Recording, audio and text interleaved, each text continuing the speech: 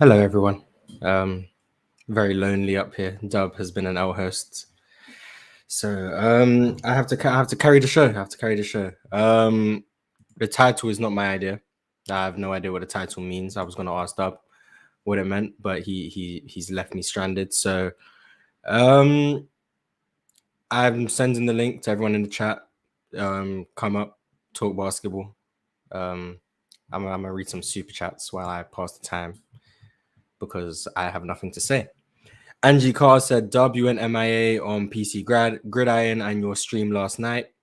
I will keep that super chat for when Dub comes back so that he can address that.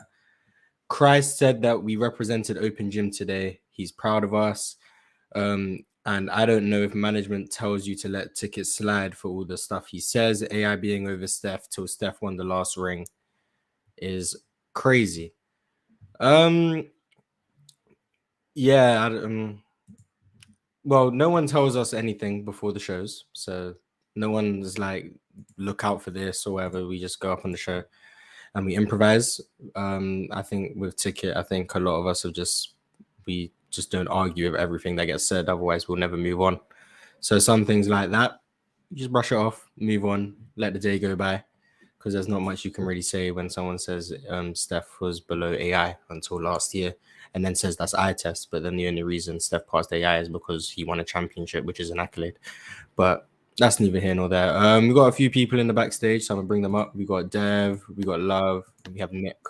Hello everyone. Hello. It was good. What's good, doing good. Congrats on 1K and Yeah, facts.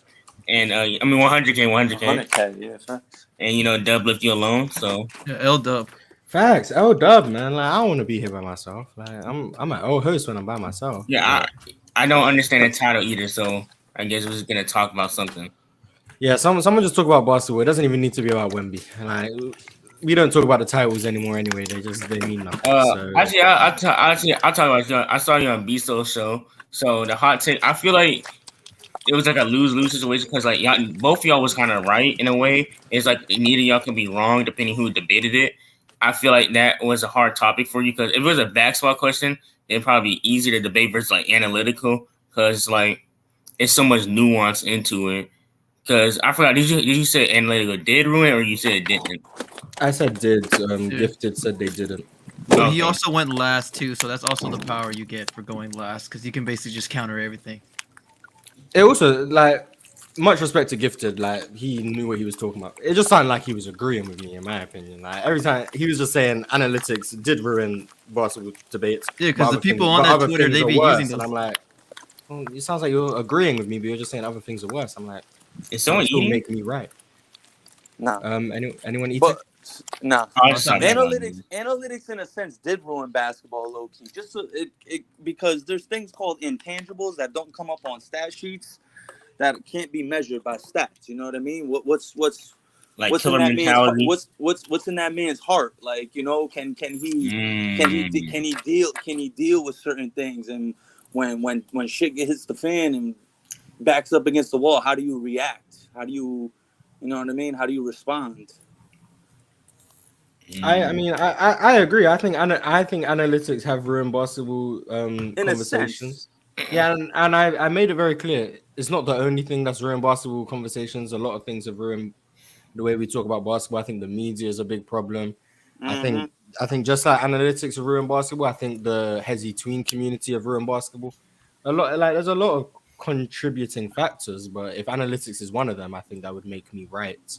And I think if the person I'm debating with is also agreeing with the fact that analytics is ruined basketball, that I probably have won the debate. But I lost by I think it was 5%, I think.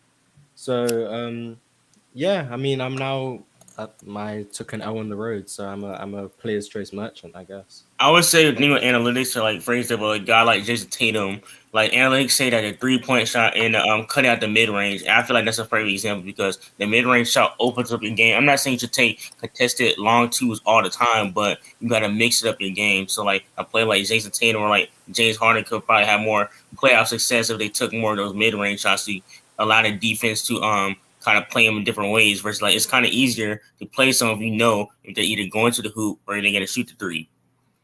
And the game plan around that versus like opening up the game. So I would say analytics kind of changed the way players teams scheme their offense versus like I don't know what do you think? What offense in the league do you think is like like you enjoy watching as a very like balanced offense? You would say there isn't Denver. really any. Denver, yeah, for sure has the most, but shit, there's not that many anymore, bro. There's really not that many balanced offenses anymore. I would usually say Golden State, but this year they just seem to just chuck up a bunch of threes. oh, yeah, So, Clay was a double agent.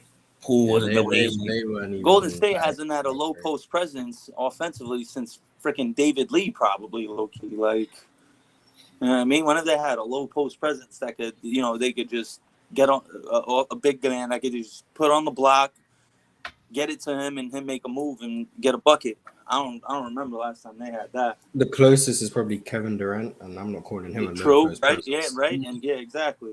He's just But like yeah, if he's he had a probably the mismatch, closest. he's not unless he has a superior mismatch, he's not getting down. You know, it's the offseason, so I'm gonna put some agendas. Go ahead. Russell Westbrook is better than any version. Peak Russ is better than any version of Dame.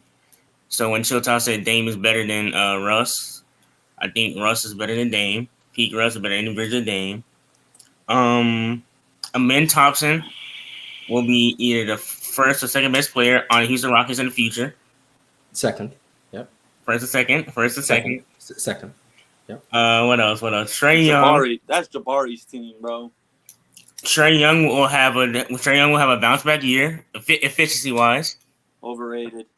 He's not overrated. He's better than John Morant. He's better than Halliburton. I mean, yeah, being better than John Morant. I mean, he's better than Halliburton. No, I know. No, but a lot of people still. Trae Young better than Halliburton? No way, yes. bro. No way, yes. bro. All right. Yes, he's better than Tyrese Halliburton. What does Tyrese Halliburton do better than Trae Young? Play make, get other guys. You're already wrong. You're already wrong.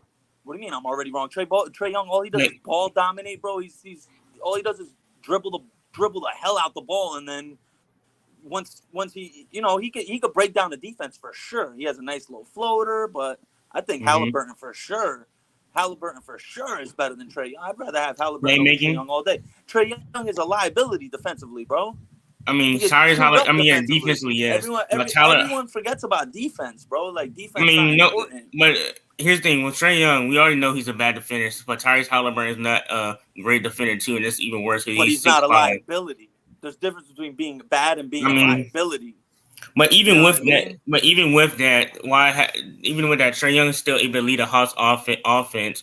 Ever since he came to the league, they always been one of the best offenses in the league. This year, they took a step back. He also, I'm gonna use an example for his playoff translation from the last 2 years. He was literally the only shot, not this year, but against Miami Heat. They double team him because he's the only person that can create his own shot. Because whenever Trae Young's off the court, the offense goes into shambles. Even this, the offense wasn't that well when Trae Young was off the court. And also, Trae Young's playmaking ability is he's a top five. Horse? He's easily a top 5 playmaker in the league, and he's easily better than Tyrese Halliburton. Tyrese Halliburton is a good playmaker, but he's slightly overrated because when he passes the ball to a teammate, they'll take a little dribble. It's Trae Young's a good player. I just don't think he's as good as people.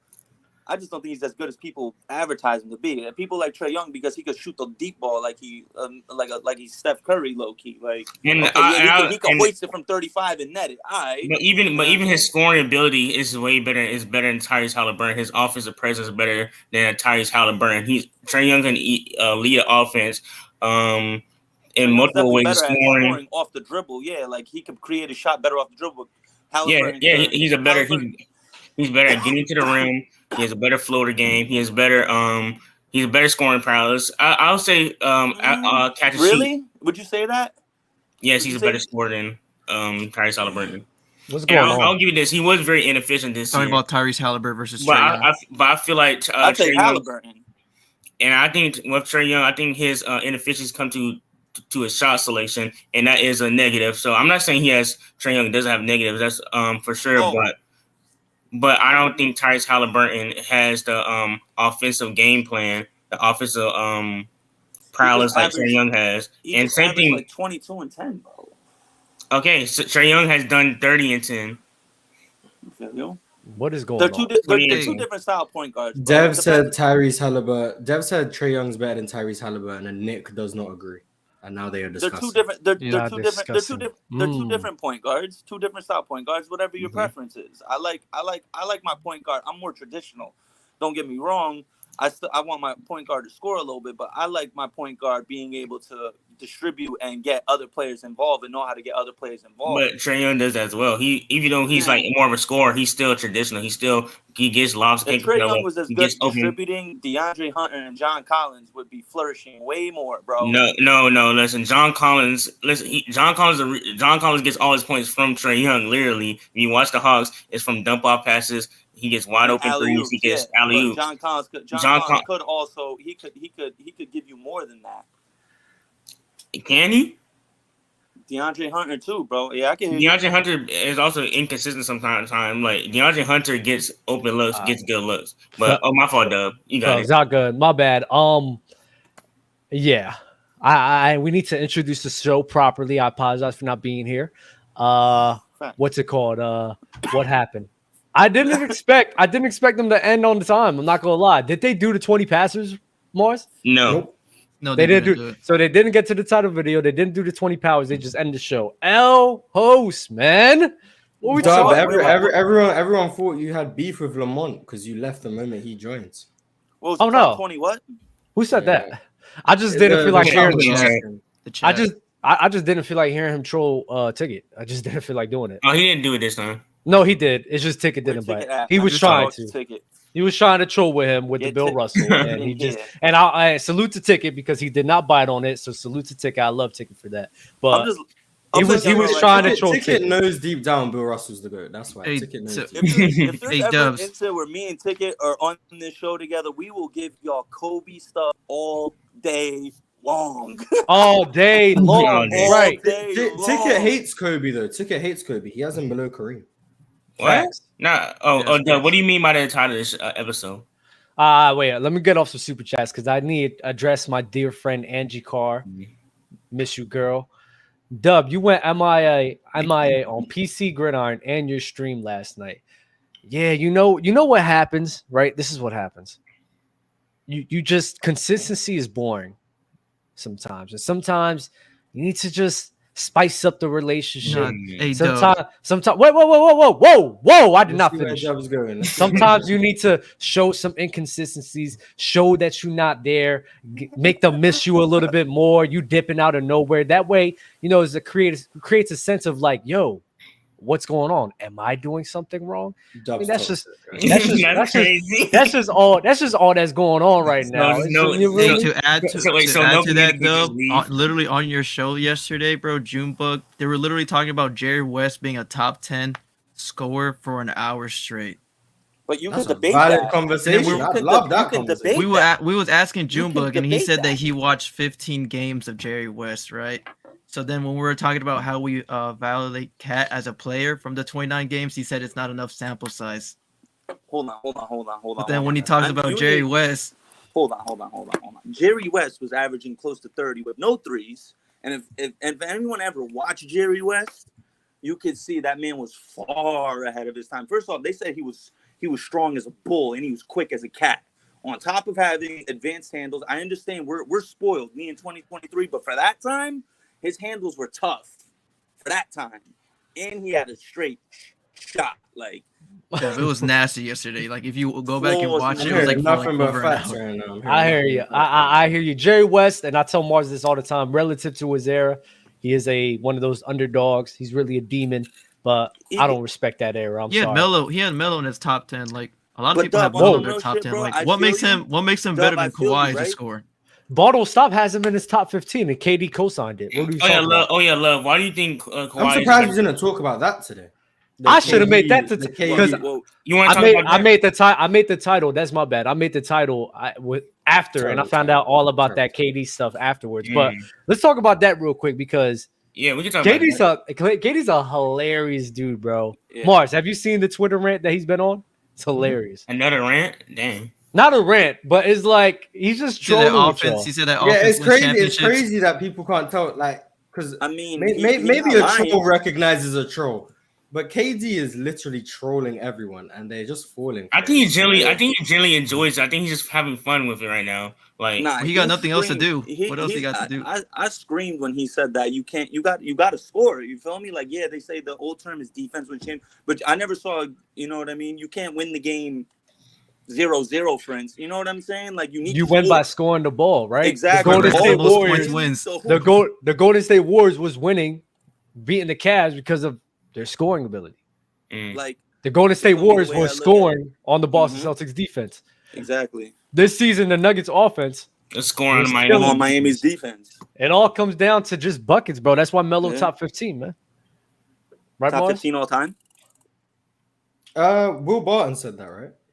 No, Ball Don't Stop said that. I thought Will Barton was talking. I love me some Melo, but top 15 he was all time. Yeah, Will Barton was. I didn't know that. He's talking about the score though. Like no accolades. So it's a straight buckets. Melo top 15.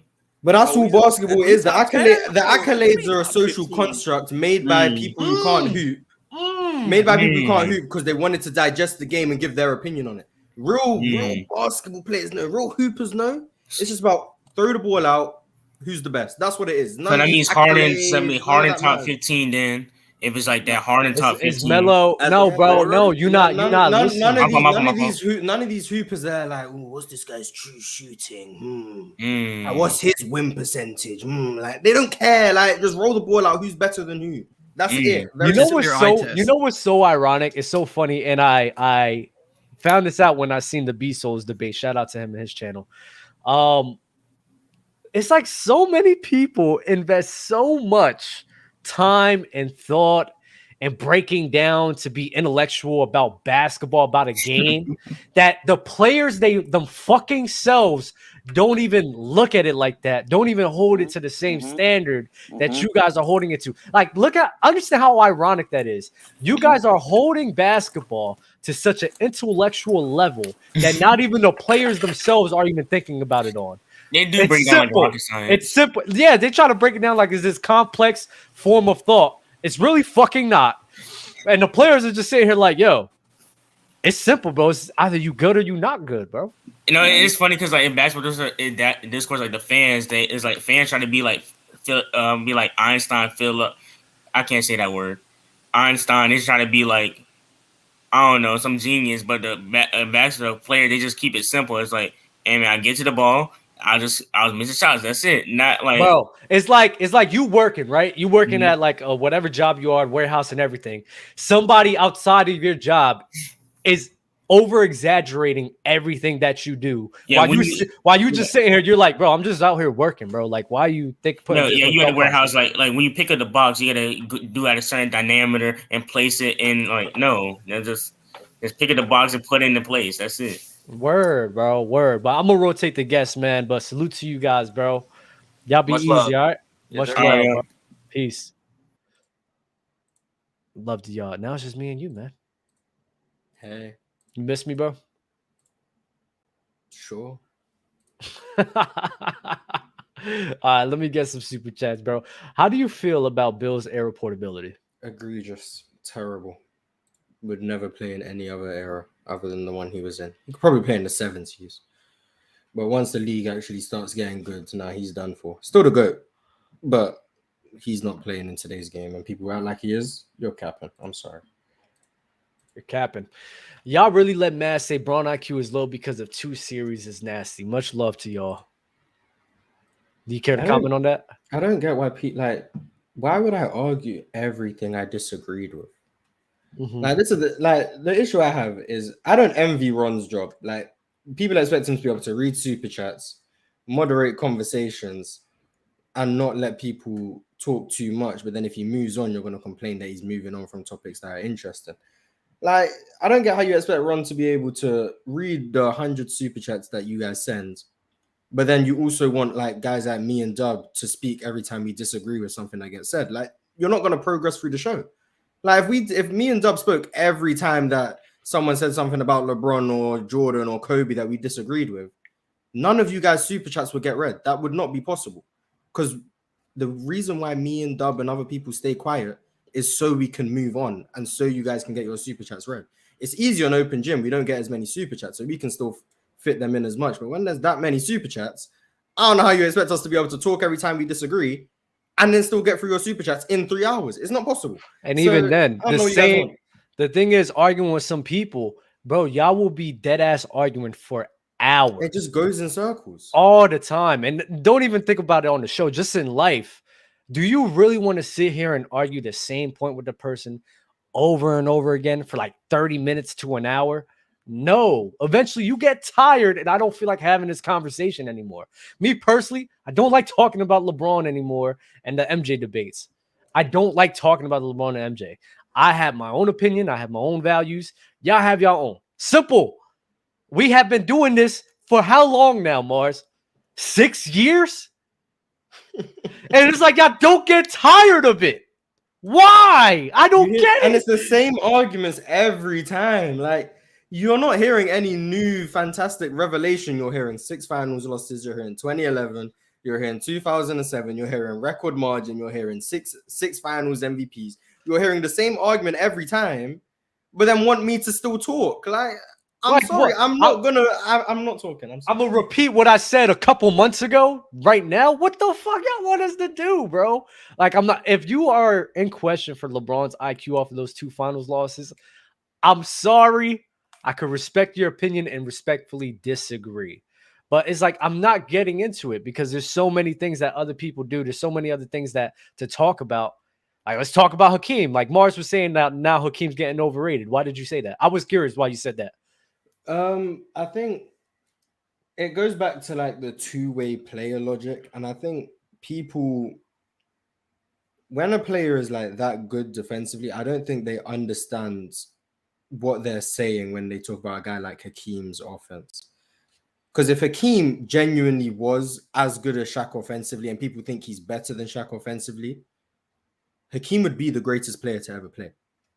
If Hakeem was that good offensively, as good as Shaq, while being the best defender of the modern era, he would be better than Michael Jordan. He would be better than LeBron James.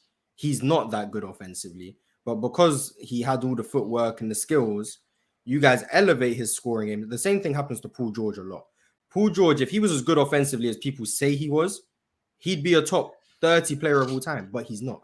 But you guys, when the guy's that good defensively, you guys tend to overrate how good they are offensively just because they seem to be skilled on that side. But Hakeem's not close to Shaq offensively. He's not close to Jokic offensively. He's not close to Kareem offensively. He's not close to them. But when you guys say he is, you guys don't understand the consequences of you saying that. Like when people say Hakeem's better than Shaq offensively, you saying that is indirectly saying Hakeem is one of the 3 best players to ever exist. Because if he's better than Shaq offensively and is the best defender ever, which is what a lot of people will say if they think Hakeem's better than Shaq offensively, he's the best player ever. He is. Like, that's just how that works. But you guys don't seem to figure out that when you say that, that's what you're indirectly saying. And then I'll hear, oh, well, Hakeem's better than Shaq offensively, but he's not better than Kobe or Michael because of this. Like, no, if he's that good as you say he is, he's the best player ever. And that's why I say he's overrated. Because you guys are putting his offense on a level that it's not at. And the reason it's not at that level is because if it was, he would be the GOAT. And he's not the GOAT. And that's all it is. I still think Hakeem's like top 6, top 5 all time. I have him very high. But he's not as good as people say. That's why it's important to preference.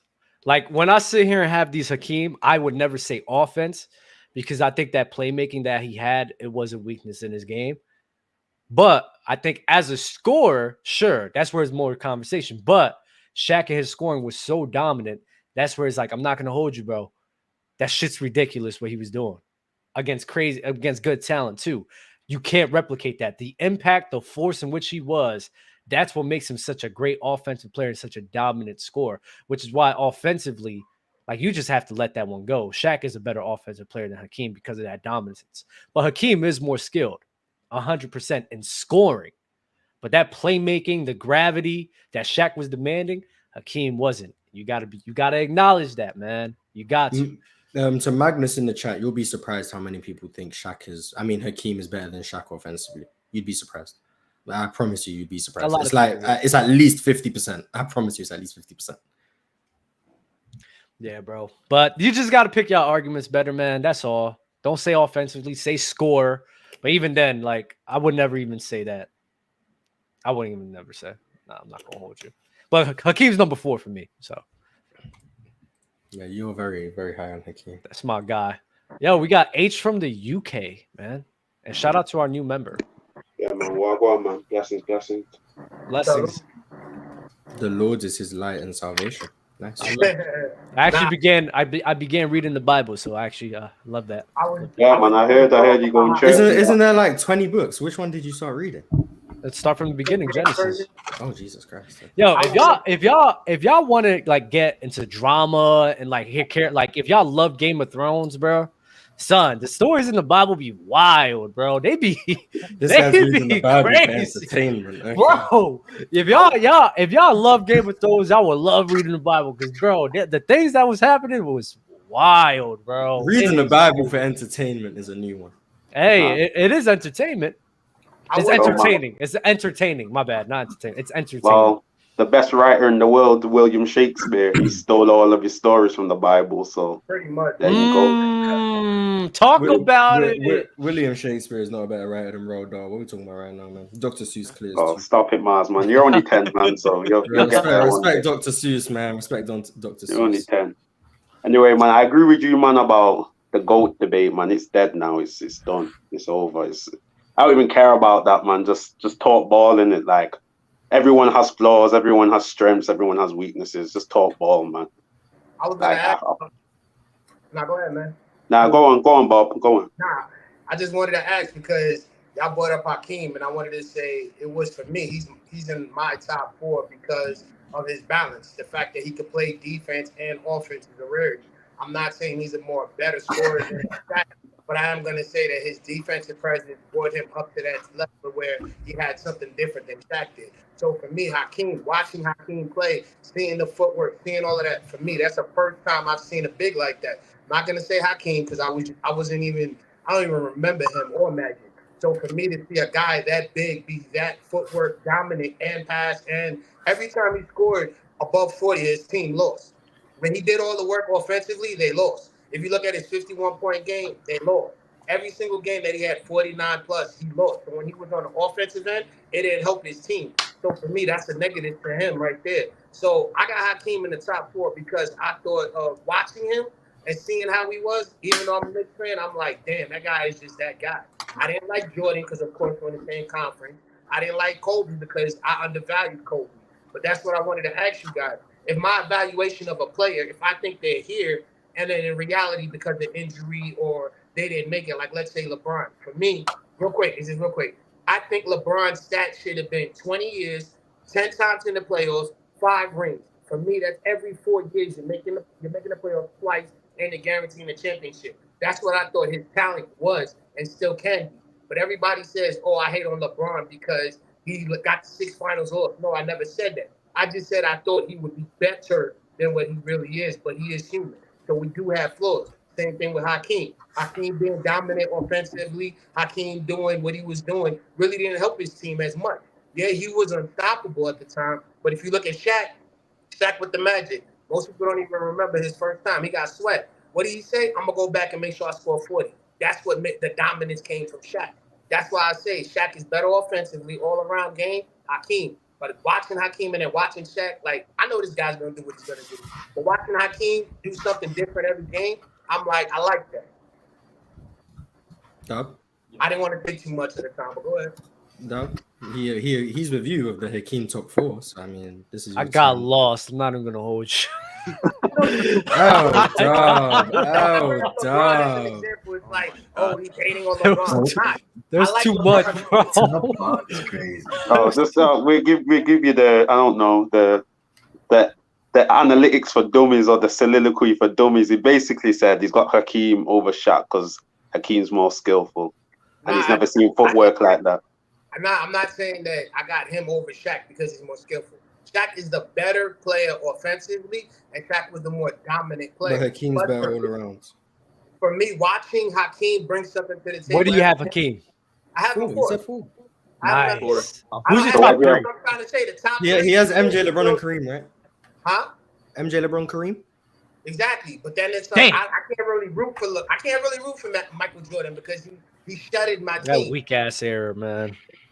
Here you go. But I got to give him his respect. But still, Michael Jordan still needed Pippen to do what he did because in the early 80s, nobody said nothing about Jordan. North Carolina. But when he got Pippen, everybody's like, oh, Jordan's the greatest. Let's go. Nah, man. But for me, Hakeem was the one guy that stayed solid. Whether he had Clyde Drexler, when he had Robert Horry, and all of them were on the bench, he still was doing his thing. That's why I respect Hakeem. That's why I asked you guys, my evaluation of a player, if they're here and they really don't hit my expectations, am I wrong for misranking them that way? I don't think it's wrong to have an expectation of someone that they don't meet. I think what would be wrong is if you then lower where they realistically are because they didn't meet your expectations. Like, for example, if the expectation, like, I don't do the accolades, but I have to do this just to keep it, like, so people can understand. If the expectation of Victor Wembanyama is 6 rings, 5 MVPs, 2 Defensive Player of the Years, and 10 All-NBA teams, and then the reality is he wins 5 rings, 3 MVPs, 2 Defensive Player of the Years, and makes 8 All-NBA teams, even though he didn't meet my expectations, that's still one of the greatest players ever. And I would still have to rank him as that. Even if he didn't meet the expectations I already had out for him, he's still objectively one of the 10 best players ever. And if I were to keep him out of that because he didn't meet my expectations, that would be wrong. That's where I probably land on so it. then we're in the same boat then. So, like, I still got LeBron top 3. There's nothing wrong with that. Dub, stop trying to get some cut up, man. Hang up the phone. Yeah, Dub's talking to you. I don't even. Let me not guess who Dub's talking to. Let me not do that. Let me. For me personally, man. For me personally, man. Like, if I was gonna go off just talent, I got KD very high. KD. If me personally, I think KD is the most talented basketballer ever. Huh? Kobe's more talented. What? No, but before we overreact, what does talent mean to you? Talent means like if I took you off the blacktop, no accolades, no warm up, nothing. I just took you off the street and said, play ball. I think KD, Kyrie. Yeah, Kyrie as well. I think they're the most where you watch them and you think, yeah, these guys are next level. Forget the accolades, forget everything else, forget injuries. You just took them off the street and said, come, let's play ball. Paul George. Sounds like Kobe to me. Sounds like Paul George. Kobe for me is the most skilled. I think Kobe's skills ridiculous. But again, KD's 7 foot.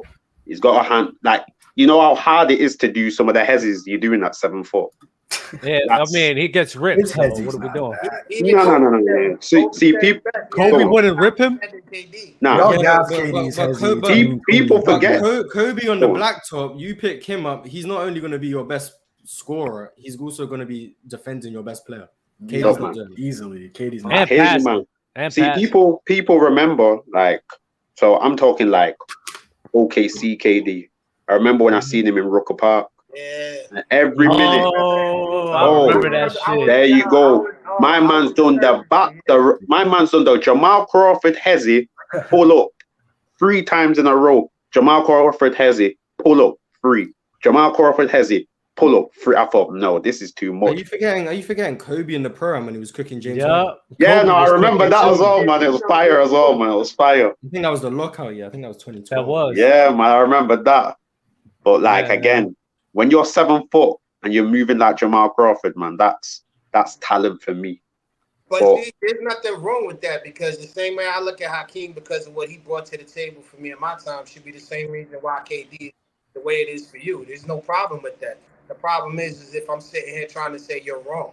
You see what I'm saying? Yeah, that's what I don't know if I can get with KD over Kobe. Yeah, but I'm just talking talent, bro. In terms of skill, because like you gotta remember, Kobe went for a process, man. Kobe didn't come into the league or come into the game how we ended up. Everything KD done, bar the strength, KD was like that. Like that. 3 years, he was on the bench. Did you see Kobe when he was playing at Rucker Park, bro? Yeah, I did. That was nasty. I even got his Lower Marion jersey, bro. Kobe was killing at Rucker Park, bro. Diamond. Diamond. I missed this. I picked this dude wrong. Like, this was not the guy who I thought it was. I thought Eddie Jones would have been what Kobe should have been, but I was wrong. And Eddie Jones, Jesus. No, I like Eddie Jones, man. No, I like Eddie Jones Jones too. One of the more underrated defenders of all time. But Kobe, Yes, man.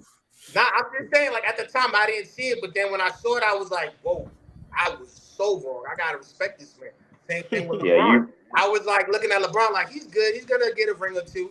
But I'm looking now like, damn, I was wrong about that dude. That's why he's also up there. So, like I said, man, go ahead, bro. I'm sorry to cut you off. No. You go on, man. You were cooking, man. This might be a crazy take. Just let me know how far off I am. If we're talking strictly talent, just pull up to a park, we're running fives. I don't know if I'm definitively taking KD over Michael Beasley. Is that crazy? Look at that. that. Crazy? Why is that crazy, Dub? Why is that crazy? KD will tell you that Michael Beasley is better than him. Think about what they were coming into the league. Think about what they were coming into the league. I hear that. I hear that. I don't know like that's talent. That's talent. Not what they developed into, what they were. I hear that. So what they were coming into the league. I hear that. 1 year of college, what they were. Well, Michael Beasley was a demon. So yeah, I hear that.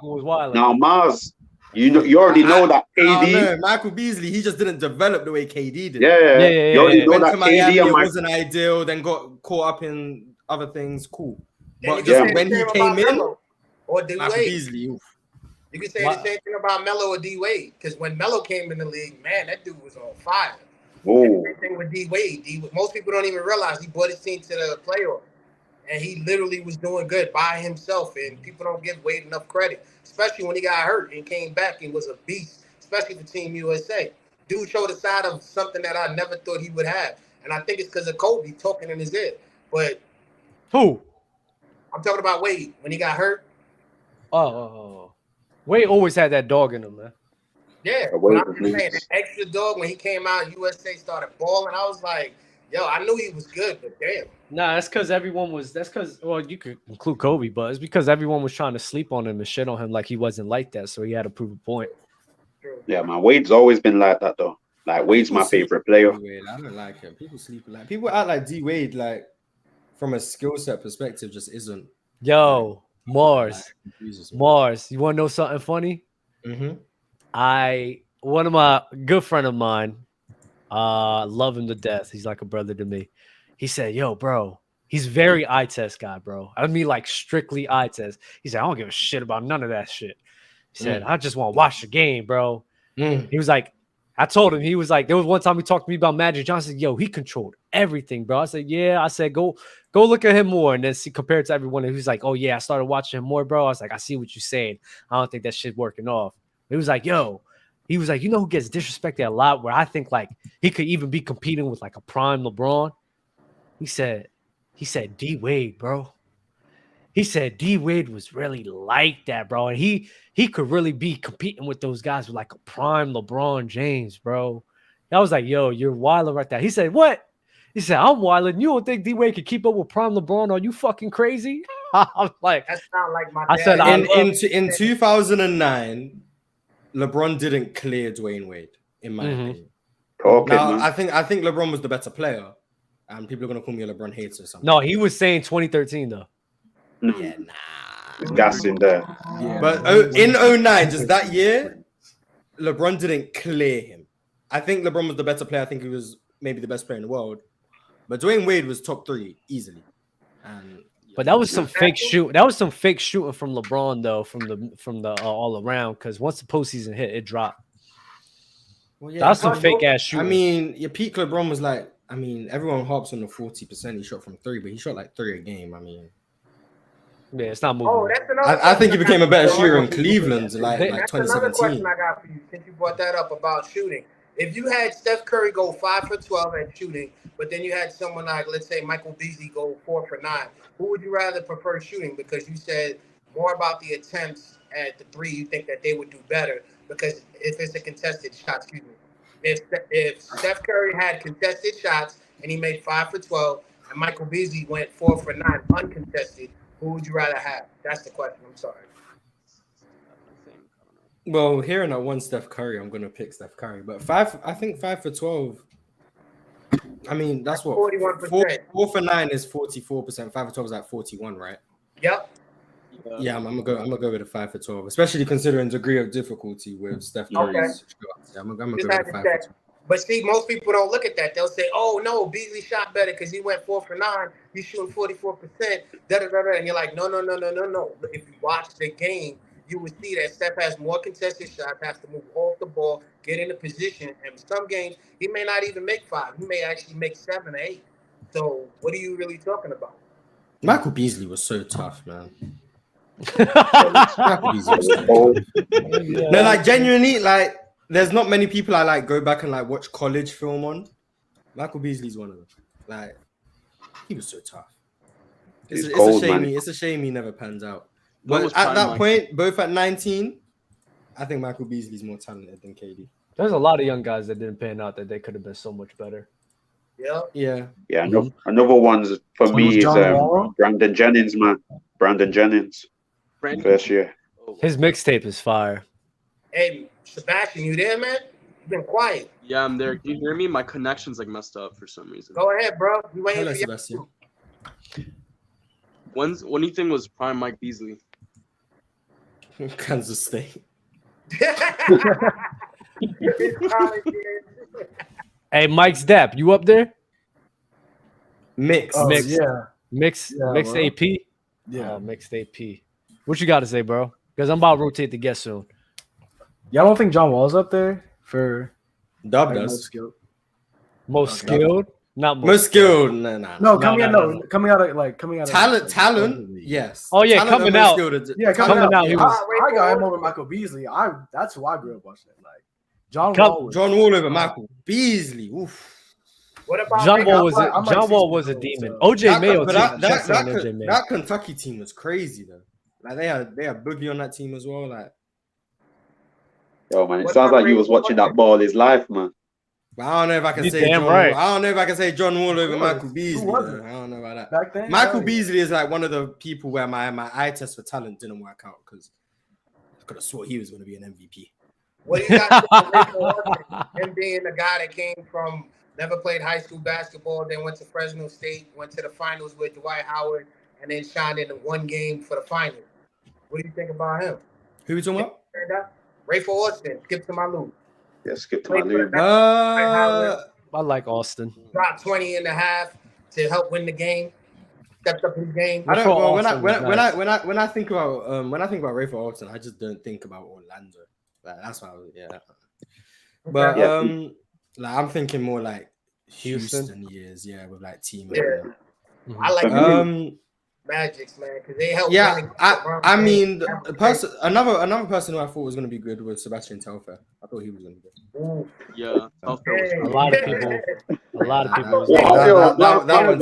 You're showing your age now, man. I thought he was 10. You're showing your age a bit now, man. No, that one didn't work out. But I mean, my eye test for talent has really come in more recent years. I've been right more often now.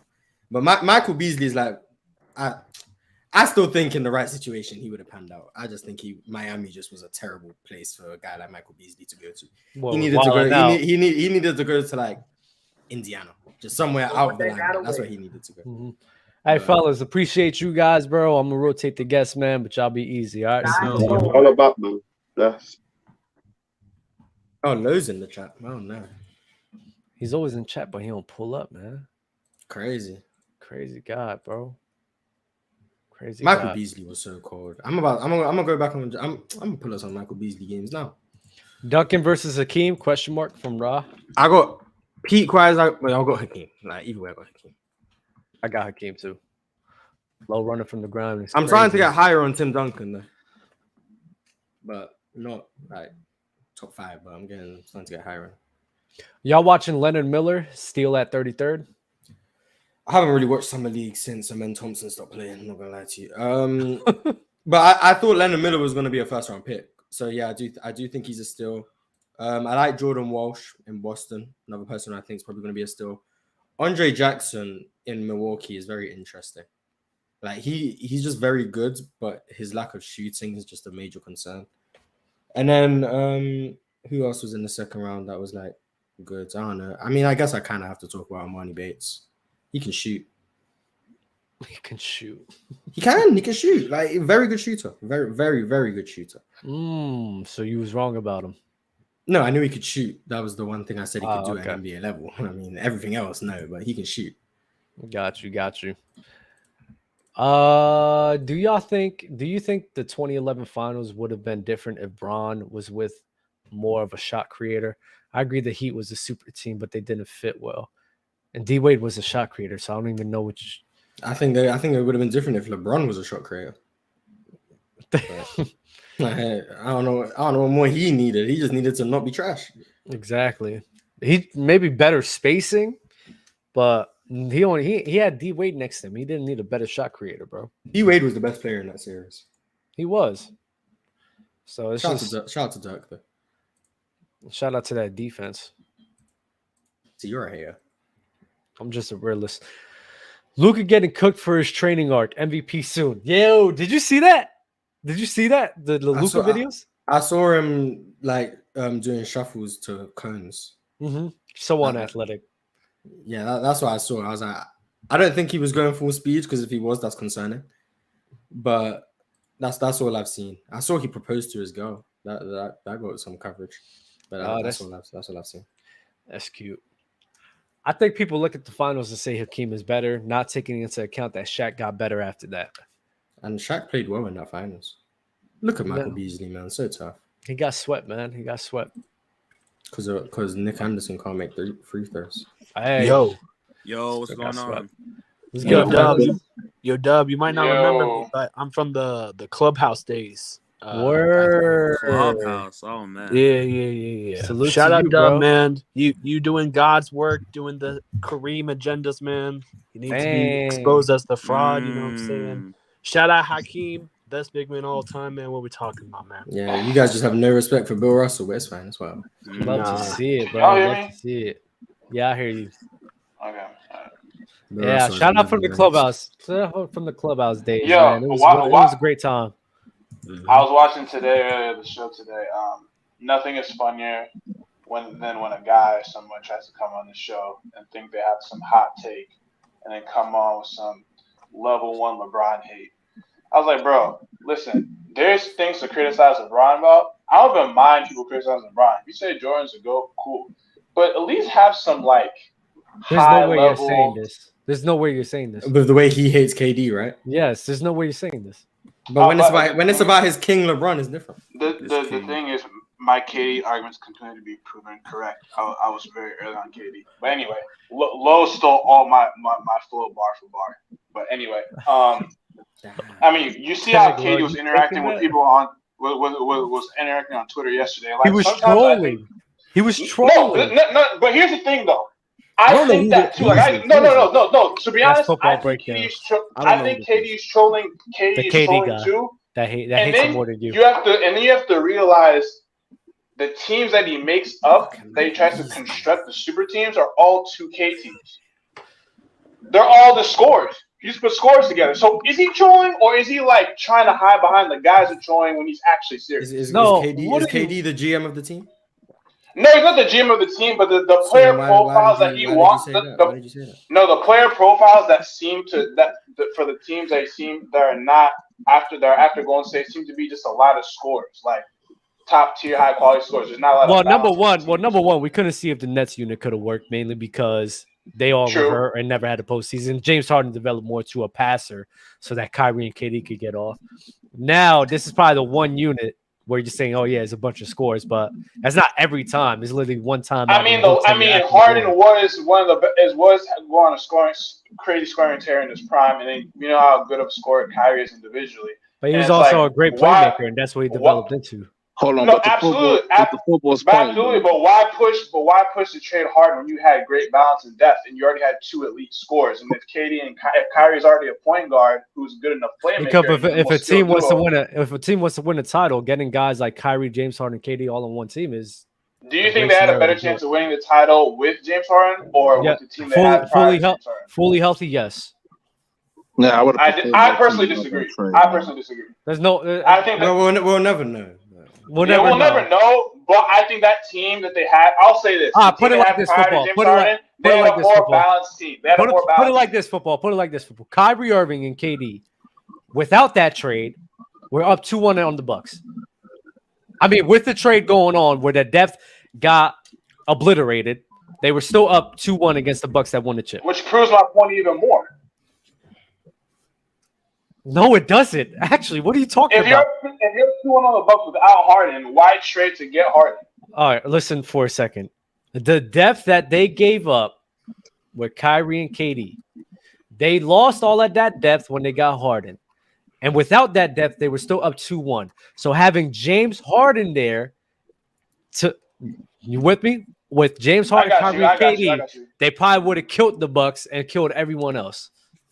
I look, see his point though. Like he just saying without Harden, they still could have probably beat the Bucks. So he's saying nobody's disputing Harden. Yeah. No one's disputing. Yeah, I will never know, but I personally think they would have done better with a balanced team and better coaching, obviously. But you're saying better.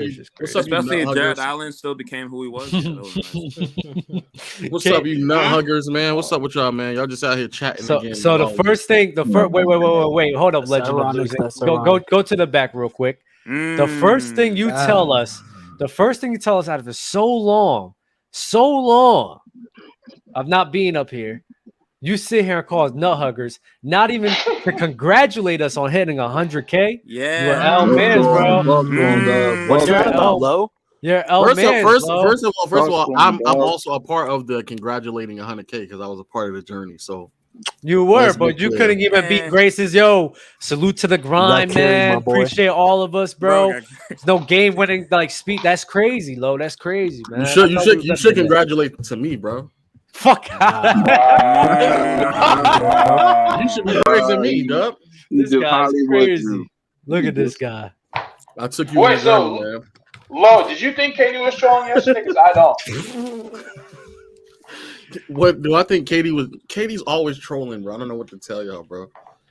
I see you comment on this shit. You funny as hell. I feel like he likes to hide behind trolling because that's how he actually thinks about basketball. But that's about us. I mean, the way he was thinking about basketball is correct. The team that scores more wins. I'm about to say, technically what he's saying. That's what he does. He says things that are like they're right, but it's so surface level. Right. But if you argue, he's just gonna be like, I'm still right. Right.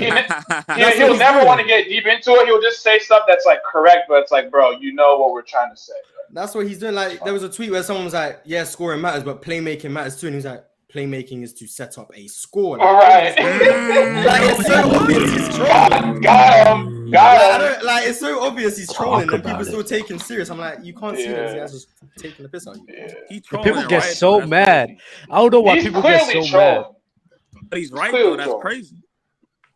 No, but the thing is, his argument would have been smarter if yes, the team who scores more wins. But basketball is a sport where you can also curtail or stop the other team from scoring points. It's not a sport where I get my points independent of you getting your points, and we tally it up, and who scored more at the end of a certain time period is the winner. No. I have a reason. That's exactly how it works. Yeah. No.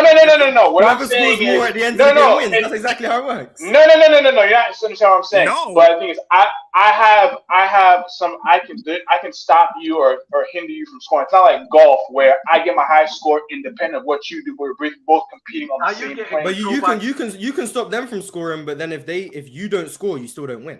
No. He's right. You don't understand. Exactly. KD's right. There we go. You're cooked. Oh, he is right. No, he is right. But he's trying to discount the defensive aspect of it. How you getting trolled by KD without even like messaging him, bro? Yeah, like you're still trying to take what he's saying seriously when he's trolling. I'm not taking what he's saying seriously. We're still talking about it. Why are we even talking about it now? All right, let's move on. I'm cool. We can move on to something else. We can move on. There we go. Also, I don't get angry. Nah, but low-key, other than like blocking the shot, you're not guaranteed to stop them like from scoring. Like, and you're not guaranteed to make a bucket. What are you talking about? That's why the people who get buckets are the best players. Yeah, unlike KD, right? Yeah, he just missed layups. He got missing out layups, man. He missing layups. He missing like 10 for layups. He just missing layups. for Paul, so it is kind of ironic he was saying like, about scoring when he was starting off games awful in these Bro, series. hold on. We still talking about this shit? I don't know why.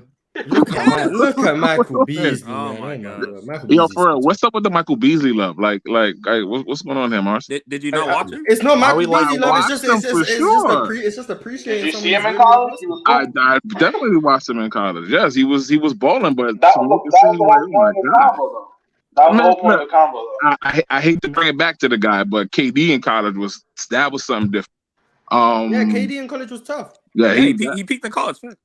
Michael Beasley. Damn. Who whispered that? See, but my guy was Hold on, Mars. I'm gonna keep talking and it maybe at the gym. What's going on? What? Got it. Your audio is horrible now, Dub. Yeah, Dub, your audio is cooked. Yeah, why are you trying to blame me, Dub? What are you talking about? My audio. It doesn't like sound like you're talking through your it's like mic. an echo. It sounds like you're talking through something. Yeah, trying to blame me, L Dub, man, in the chat. Dub. See, Dub, I can't lie. Ever since Dub got the new setup, he's been so cooked. Yeah. This mic is like fucking me. Hey, pause, man. Yeah, what the fuck? Love But is shout out Nate Thurman as well, man. What doesn't be talked about is he's a father of two all-time NBA greats, LeBron and Kareem, man. Shout out Nate Thurman, the real top 5. I think that's a hairline joke. Nate Thurman, one of the most underrated defenders of all time. Man, that man. Look at Michael Beasley blocking shots. Oh my God. That man Nate Thurman put Kareem in the blender. 71, 72, 73, man.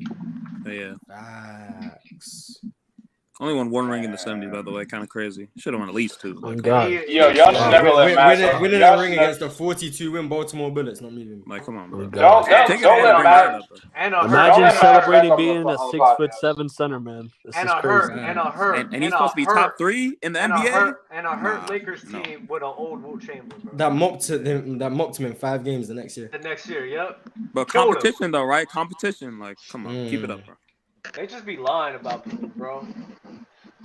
Like, you can knock LeBron and be like have good arguments. Just the shit that Maz was saying was pedestrian. I was like, bro, I didn't know Jerry West didn't play that series. I didn't know that. Hey, Lo, you still there? Yeah, because who cares about Series 50 years ago? Yeah, I'm here. What? Are you moving Kareem down your list yet or not? What's up with your mic, Dub? Oh my God. It's still bad? It's still that Yeah, bad? It just got worse all of a sudden. All right, now somebody's echoing, but I'm not moving Kareem down my list now. Where is he? Like 3rd? Oh. Yeah, he's still. Yeah, moving just one more. No. He's Wait, still. so Lo, have you told us where you have Magic Johnson at now? Yeah, he's like 8 or 9 or something like that. Damn. I just want you to The move older I get, the higher I move Kobe up, and the lower I move Magic, honestly. Wait, Lo, who's 4 for you right now? Tim Duncan. Duncan. That's kind of high. So the two like regular top 10 guys that missed out on the top 10 was Bird and Wilt, right? You could put Tim Bird's Duncan not your top over. pick? You could put Tim Duncan over Kareem. I guess I could, dog. I guess I mean, if Tim Duncan was consistently playing like 40 plus minutes a game, can you imagine what his stats would look like? Okay, that's not how that works, but whatever. Tim Can you imagine? Tim Duncan was the best player on 4 rings. Kareem was on 2, man. Talk about it, man. Tim Duncan was the best player on 5 rings, but okay. Hey, that if you want to go with that, I'm cool with it. Didn't you argue, Mars, he didn't play the best in 05, at least in the finals? Yeah, whether or not he deserved the finals MVP doesn't change he was the best player on the team. I think Manu Ginobili should have been the finals MVP. Tim Duncan was still the best player. That's cute, man. People forget in 2013, Danny Green would have won finals MVP if they would have won that series. Yeah, 2013, Danny Green would have been finals MVP. Danny Green would not have won that. Oh my God. Yes, he would have. Yes, he would have. Yes, he would have. This is and if Danny Green won a finals MVP, best believe I'm pushing Danny Green, Klay Thompson agendas. But it's fine. God. Bro, Danny Green would not have won. It just never happened. So we that's what they're talking about. That's what I remember hearing. Especially after game 6. Yeah, Danny Green like set the finals record for 3s or something. Man, today's convos that y'all were having were pretty nasty, man. Nasty convos. What convos were you not a fan of? The Iverson over Steph Curry until last year. The eye test thing was nasty. That made no sense. I don't get how his eye test was Steph passed him because of accolades. Bro, Bro, to say that a guy needed his 4th ring to pass AI was insane. That was insane. He was won one finals game in his life. He's won. That's why I couldn't take that guy serious. I'm like, bro, what are you talking about? And then saying that was because of the eye test just made no sense because you said Steph didn't pass him until he won the ring. That's not eye test. And it's crazy. And people talk about eye test and no percent. I'm like, okay, if I saw a guy consistently take one step past half court and bomb threes, hello, what eye test are y'all looking at? Like, I don't know. You know, But he's talking about getting through the bigs, man, going through the lane, having a heart. That's what he was talking about. That's what he meant by the eye test, having a heart, going through the grind, going through all them bigs by himself. That's taking what he 50 means. more shots than everyone else in the Exactly. series. Who cares about bombing threes from 30 feet away? Who cares about that? It's the who cares? crossover. It's the crossover, man. Has he tween? Exactly. What else? Oh, he wasn't hesitant in tweeting like that. But it's that crossover, man. Shout to Chet. You saw Chet last night? Yeah. Yes, sir. The title of the panel was meant to be about him. We didn't even talk about him. Oh, they're about to shut him down. I'm very high on Chet. I think the OKC about to go. Are they not going to shut him down? I said Chet should have been the number 1 pick, and I still think he should have been. But I don't know if they are going to shut him down or not, but he was pick and roll merchanting a lot, but the defense was very impressive. He's always had that, man. He was a pick and roll merchant. Pick and roll merchant or something. Everyone does the pick and roll, bro. That's insane. But his points, like he got scored 25, and it's like I thought I was going to see more, versatility in scoring, but it was like a lot of just I'm setting a screen and rolling or I'm just slipping, and I'm like, okay, I guess. Yeah, but that's what Chet is. Right. Chet's not like if that's a game plan, low, especially for like if that's a game plan for like player offensively, but he just has really good. And playing next to Shea and Josh Giddey, bro. Defense is where Giddey. Okay, should be a playoff team next year. They're gonna set him up real good, bro. Respect Giddey. What? Look, you don't like Giddey? No, I'm not high on Giddey. Do you think him I like do you think him and Wagner's better? God. Wagner better than Giddey? Who? Oh, he definitely. Cook. Yeah, Wagner's Well, great. Wagner's good. I like Wagner. Yeah, I That's Yeah. not crazy. Nah, I do mind that. Yeah, That's but crazy. nobody doesn't give Franz crazy. no credit at all. Shout out to Franz. Because no one Wagner, watches Orlando. Because he's in Orlando. Okay, but that doesn't mean anything, buddy. That doesn't mean anything. That doesn't mean anything, buddy. Give Wagner his respect, bro. Nah, he's good, but if I don't know. Oh, look at Michael Beasley, man. Oh my. Do y'all think Look at Giddey is a good Beasley, backcourt mate with Shaq? Like, Not the best He's player. good. He's good. He gives Giddey a good backcourt mate with Shea. He's good. I don't know if they're going to be a backcourt mate necessarily, but he's good. He's good. Yeah. But I think that for a lot of the, people love to talk about OKC, understandably so, because everything is like working out in their favor right now. As it should. Sam but Presti it's is a great just GM. We throw that word around a lot. They got a million. But Giddey, but I just think that if you're gonna speak that highly of Giddey, I'm just waiting for the Wagner respect. That's all. Oh my God! If Wagner was better, we'd be talking about Bencaro a lot more, man. So, like, please, Giddey's gonna make these guys shine, man. Wait, why is Giddey better? Yeah, Carter's I don't know if this name's been brought up. I actually think Wagner's the best player on that team. But wow. Do y'all have any thoughts? I don't hate that. Yeah, I'm not mad at that. I just think Wendell is the most underrated player on the team. Okay, that's facts. That's facts. You can most underrated Wendell. Yeah, he gives me Turner vibes. I'm not gonna lie. He give me Turner vibes, but when you watch Wagner, I just don't know how you don't get a heart on it. I just don't get it. All right. Oh my God! Like the way that send him to as you're watching what you call highlights. What's his name? Kyrie. Michael Beasley. No, Michael Beasley. I'm gonna start watching some Wagner highlights. I'm actually watching him play against Kansas. He gonna make. Oh my God! Chill. He gonna make his little John watch them fucking highlights. He gonna get. What? What? Wow. The next day night. The next day night, yo, let's just come over and let's just watch Franz Wagner together, man. Like, let's just watch. Calling him Wagner is crazy. Let's just set the mood. Let's just set the mood, man. Like I'm telling you, bro, it's a good movie right here, bro. Yo, man, you're disgusting. You're disgusting. What can't you do off the lights off? Getting off the rails, boy. Look at Michael Beasley. Oh my god. Look at Franz. Oh, What man. can he do? Which player gets you horniest? Stop. Kick him out. Yeah, you didn't have any answer other than Jalen Green is wrong. You didn't have to go there. I knew Mars was gonna say Jalen. Right. And any answer other than Jalen Green is incorrect. Mars, Look at Michael Beasley. Oh my god. I feel what Mars is saying about Jalen Green because low key when I was watching this, he moves like Mike. I know it sounds crazy. He moved like I was like, this dude moves like MJ. Obviously not as good, the talent ID, but like the movement is there, the animations are there. But what do you mean? No, the animations are there. It's crazy. Oh what do you mean? Not as good? Chill out. Yeah, Marks. College Trae Young was pretty dope too. Go ahead. He was overrated. He shouldn't have made the time. I like Trae Young in college. I didn't like Buddy Hield in college. Buddy Hield in college was impossible. Wait, who's Ray Ray? Who's Ray Ray? That's me right here. What's up? Oh, I thought you sound like Leaf for a second, but never mind. Leaf, that's disrespectful. I'm from Brooklyn, but that Leaf. I had to cook him up. No. Nah, not Leaf, man. Michael, you from Brooklyn? 340 and 10 games already. Who are your favorite rappers? Give me three. All time. I got top three all time. Yeah, we ain't got much to talk about with basketball, so let's just do this. Why not? Pac. All right. Yes, sir. Yeah. Pac, Hov, and Biggie. Top three. How old are if I go four, I gotta throw Lil Wayne in there. He's 36. He's 36. How old? 36. Okay. The only reason I didn't say when people have the typical top three and they're like 25, my bro, you didn't listen to that much Pac, so chill out. Anyway, I listened to a lot of Pac. What the hell are you talking about?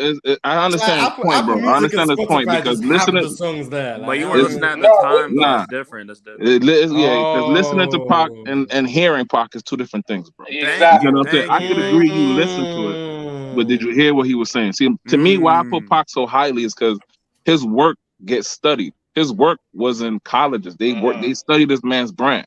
They studied how this man, how he put his words together, and the cadences. All these things are different when it comes to him. He's not that great of a lyricist, though. It's true. That's the difference. That's what I'm saying. That's the craziest part about it. That's the craziest part. He was a great storyteller. Pac was a great. I don't care about telling a story. I just want a nice beat. That's what I want. Oh boy, you're from this generation. I know you just want a nice beat. Yeah, with Jalen Green. Whoa, pause. Hey, man. What do you mean by that? Strike two. Like, what do you mean strike two? No, but yeah, because it's just when people who are of a certain age that say they like Pac, I just want them like, are you just saying that because that's what you've heard, or is that something you the same way people just put Kareem top 3 even though like they don't know why. They're really watching like that. Bump him down the court, man. It's over for him. Well, you know what's crazy? I'm watching Kareem right now as we speak. Actually, not real stats and that shot is watching Kareem instead of Who's the center they're playing? Who's the center he's playing against? Who's the center? Right? Willis Reed. Jackson. He's getting fried by. Hold on. See, but here's the thing about Willis Reed before he got hurt. Before. He's still not capable. How tall is he? Like 6'11". You could argue Willis Reed was the best big in the league. I'm about to say Willis Reed was nice size big. He wasn't. Pause. Yeah, I was about to say. Yeah, that's a little pause. All right, guys. How much does Michael Beasley average in the semis? 40. Nah, like 30. How much did Rick Barry score? About 30. Rick Barry's he's scoring 31. There you go. Rick Barry's going crazy. Well, they wouldn't allow Michael Beasley in the 70s is in GOAT conversations, but that's fine. I ain't gonna lie. Gotti's better than Kareem. Kareem's defense is low key overrated right now. What I'm looking at. You're starting to see it now, man. You're starting to see it. Why he allowed? And you're watching early. That's an argument. No, Yeah, I know. That's a great question. That's a great question. On a scale of 1 to 10, how good is Kareem's defense really? Because I don't know. I haven't heard. It's looking like a 2 for me right now. I ain't gonna lie. Willis Reed done came down the court and pulled up on him twice, and he just yeah, Michael, step over him. Wow, bitch. On God, Moses Malone. Moses Malone demolished him. What are we talking about? What are we talking about? Shout out Moses Malone. Yeah, getting cooked by Moses Malone is an embarrassment. He averaged like 31 Respect that Moses' series. offense. Come on. Also, this is another game where Walt Frazier just looks like he's leaps and bounds. Here come Walt agendas. Walt Frazier was the best player. I'm starting to put him next to Chris Paul now. I'm be honest with you. That's a crazy comp. That's I actually think Walt Frazier was the best player in historically underrated, bro. Don't forget I mean, unfortunately, playing the 70s, you know. I ain't gonna hold you, man. I'm mad that Scoot got hurt because, boy, the things that I was looking at with Scoot. Yeah, why are you so high on Scoot? That's why I don't. Bro, yeah, Scoot is he's a crazy good player, bro. You like him as when you're that short, you gotta be a cold shooter, bro. Sorry. You gotta be a cold shooter. I have to be a hater. I see Emmanuel Mudiay and Scoot Henderson. Oh wow, yeah, that's definite hate. Jesus. What did you say? Emmanuel Mudiay is crazy. Yeah, oh no, that's crazy, hater, bro. What's Scoot's ceiling? I think Amon Thompson has a chance to be better than Scoot, to be honest. Preach. What's Scoot's ceiling to you? Scoot will be a better version of John Morant. Yes, I actually think. Yeah, oh my God, a more controlled, better version than John Morant. Then that's not that great. What? That's real. Oh, you hate it. That's like Derrick Rose. That's really good. What? Like you want the best? I think he's better than Derrick Rose. I think wow!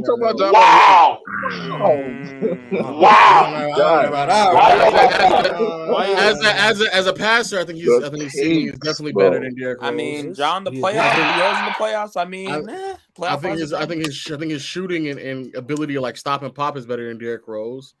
I think, and as an athlete, I do think D Rose is like very clearly, but like Scoot is like getting by players. So Scoot gonna be better than LaMelo Ball. What? Yeah. Yes. What? Yeah, he will.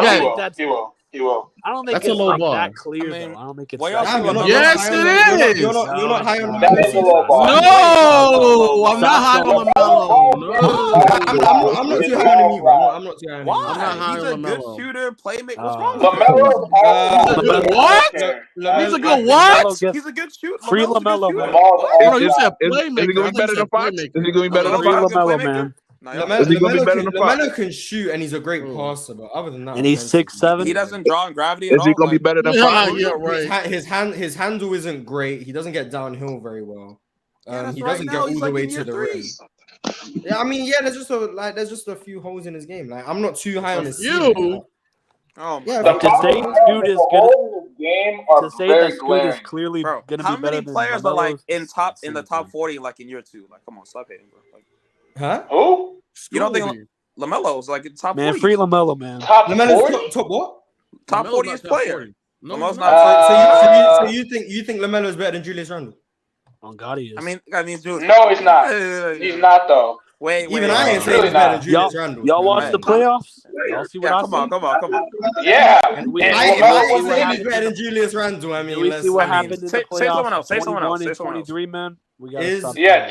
I don't think LaMelo's better than Evan Mobley. Randle, man. I swear to God, I don't like Beasley how better Mobley than playing the Julius playoff Randle. this year, man. Like that's. I agree. He's not better than I ain't never seen LaMelo play in the playoffs. So he keeps getting blown out in playing games. What do you want me to do about it? Is LaMelo better than Anthony Simons? Yes. Stop. You're in the same ballpark. Why is this a question?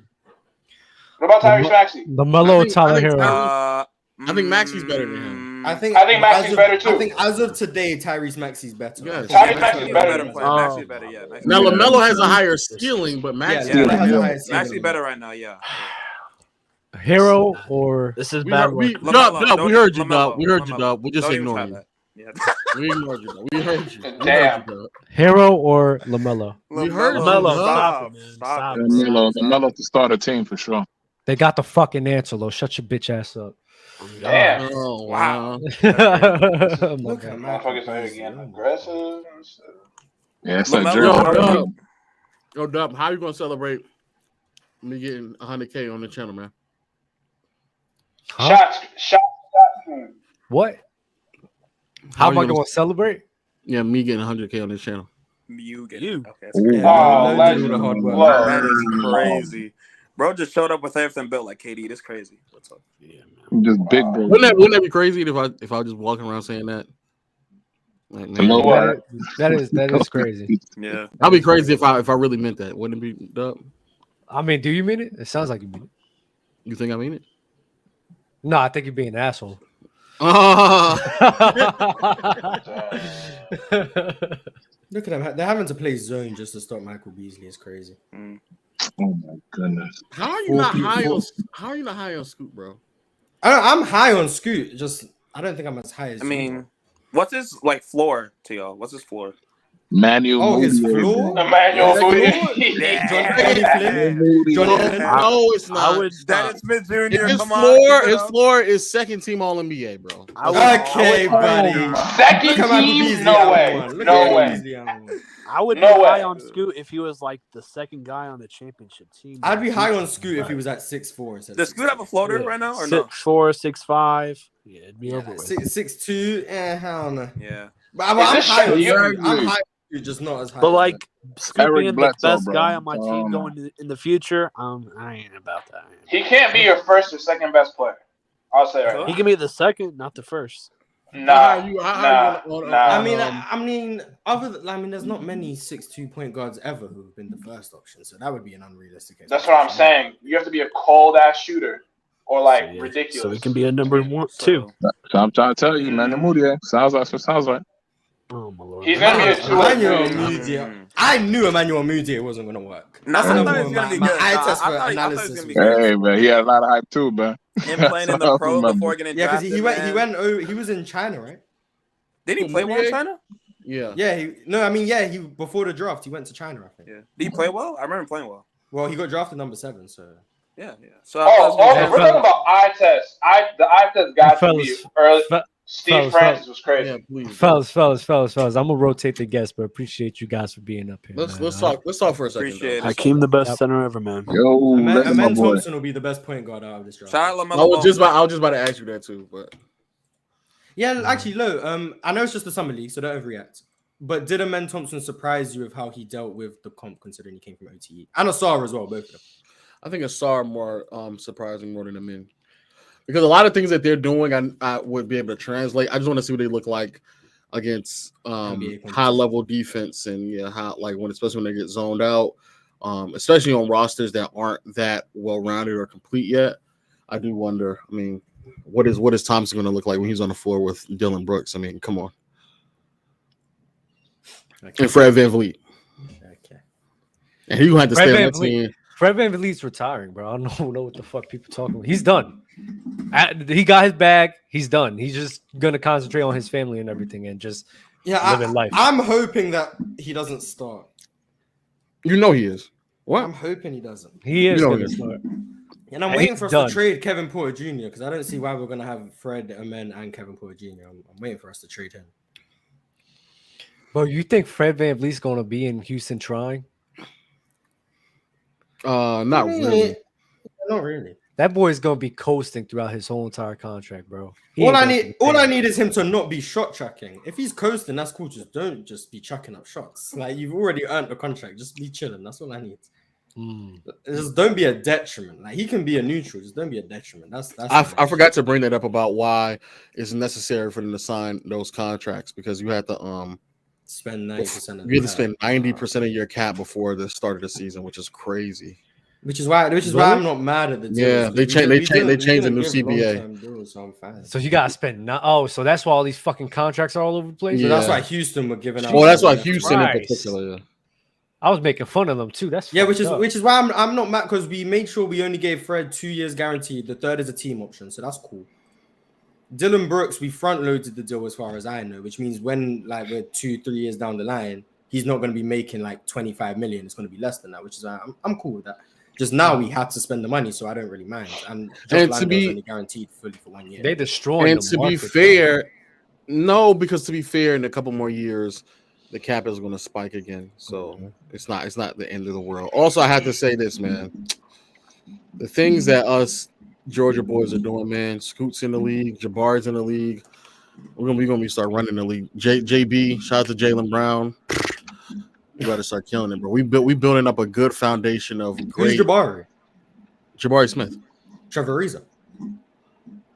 He look like KD in summer league right now. Get the heck. Stop with this. Look at Mars. Look at Mars.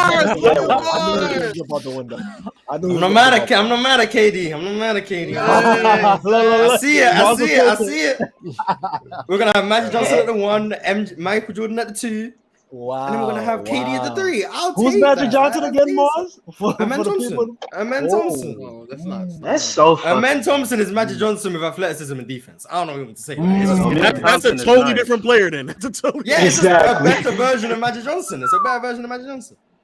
That's like a supercharged Penny. He's like Penny Hardaway without the injuries. That's what he's. I'm about to say. Okay, that's what I say. Like a supercharged Penny. Okay, but he's more like Lonzo Ball. Oh yeah, and we got Ant too, and we got Ant. Yeah. But how do you feel about Asar being able to like develop in Detroit? Because like there's a lot of mouths to feed. Pause.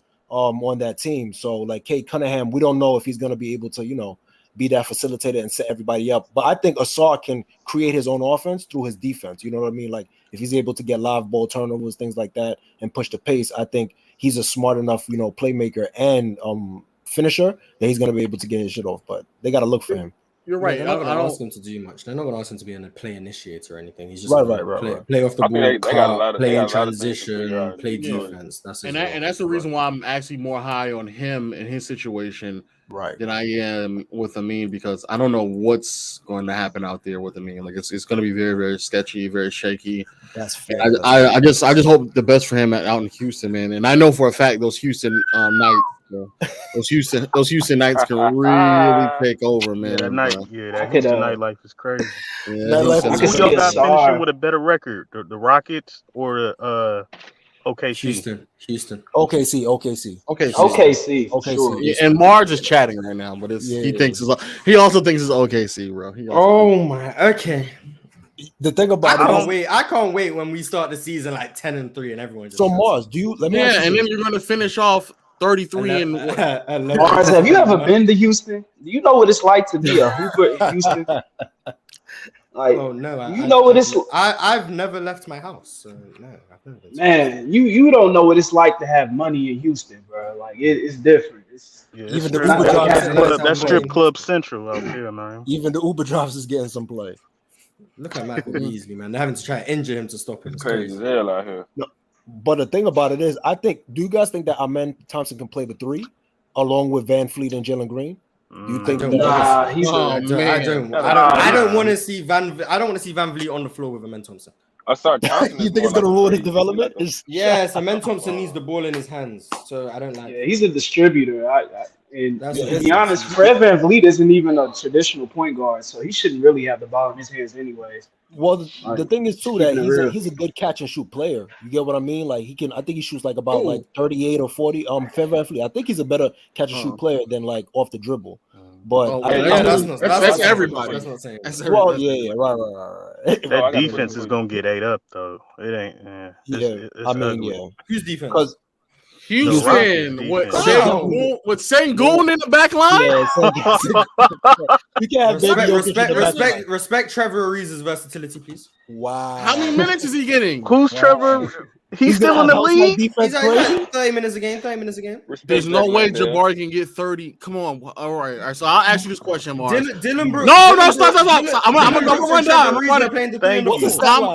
gonna run it now. How many minutes is Jalen Green getting? Like 32, 33. How many minutes is Fred Van Vliet getting? Do I think he's getting or should he get? No, not should. What you think he's gonna get? What he's gonna get? Like 29. So hell no. How many minutes? How many minutes is Jabari gonna get? 30. How many minutes is Dylan Brooks gonna get? 30. I can see Fred Van Vliet leading the league. Umadoka's going to play Dylan Brooks. Umadoka's going to play Dylan Brooks. How many minutes is Amin going to get then? Like 25, 26. How is that possible, Marge? You just told me like 5 players getting 30 and they all perimeter oriented. How is that possible? Well, Trevor Ariza and Dylan Brooks have the 3 and the 4. 30 minutes each, but you can stagger minutes, so they're not all going to play the 30 together. So you can stagger minutes where it will be Dylan Brooks and Tyrese, or Dylan Brooks and who else do we have? Cam Whitmore. They can play at the same time while Jabari's on the bench, so they will get their minutes in that lineup. I don't think Fred will get about 29.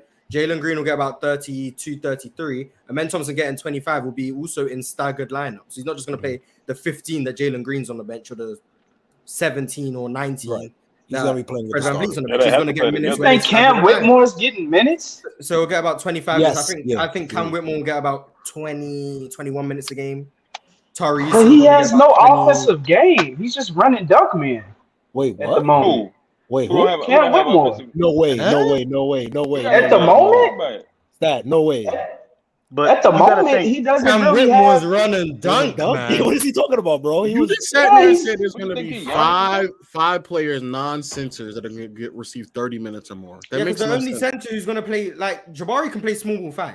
You know that, right? Oh, okay. I didn't know he was doing that last year. No. I didn't know that's what you meant when you talking about even staggering as well. Yeah, like Jabari can play 3 through. Jabari can play 3 through 5. Dylan Brooks will probably play the 2 through 4, depending on lineups. Jalen Green will probably just play the 2.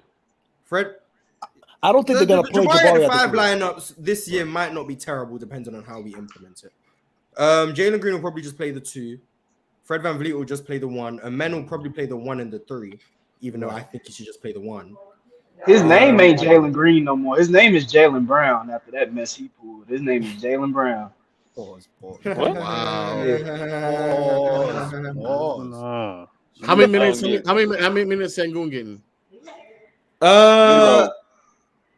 0. Yeah, with Ime, I don't know, because I don't know how much of an emphasis he's going to put on Sengun's defense, which is egregious. Plus, they just signed Jack Landale. At the start of the season, probably like 31, 32, probably. But his minutes might go down over the course of the season. I want everybody to know that Jalen Green, Dylan Brooks, and Fred VanVleet are all going to play 33 plus. Fred VanVleet will probably lead the league. And Mars knows this as well. He's just being very disingenuous. I don't know if Fred VanVleet's playing that much. Yeah, they paid him though. They paid him though. They paid him to play. They paid him to play. The first year, I mean, no, they paid him because we had to spend the money. That's fair. That's fair too. But this is all assuming Kevin Porter Jr. is no longer here, because I don't know how he's fitting into this rotation. That's why I didn't bring him up. I'm assuming he's gone. I'm assuming. Do you think Umadoka might try to turn Dylan Brooks into a Marcus Smart kind of a player? Make him even ball handler. I hope. Oh my God, having Dylan Brooks as a ball handler. No, I'm just saying. That's gonna be Fred VanVleet. Fred VanVleet's gonna be Marcus Smart. See, that's you guys trying to prey on Houston's downfall. He could do it at times. He could do it at times. Don't speak those things. Dylan Brooks ball handling. No, thank you. Awful time.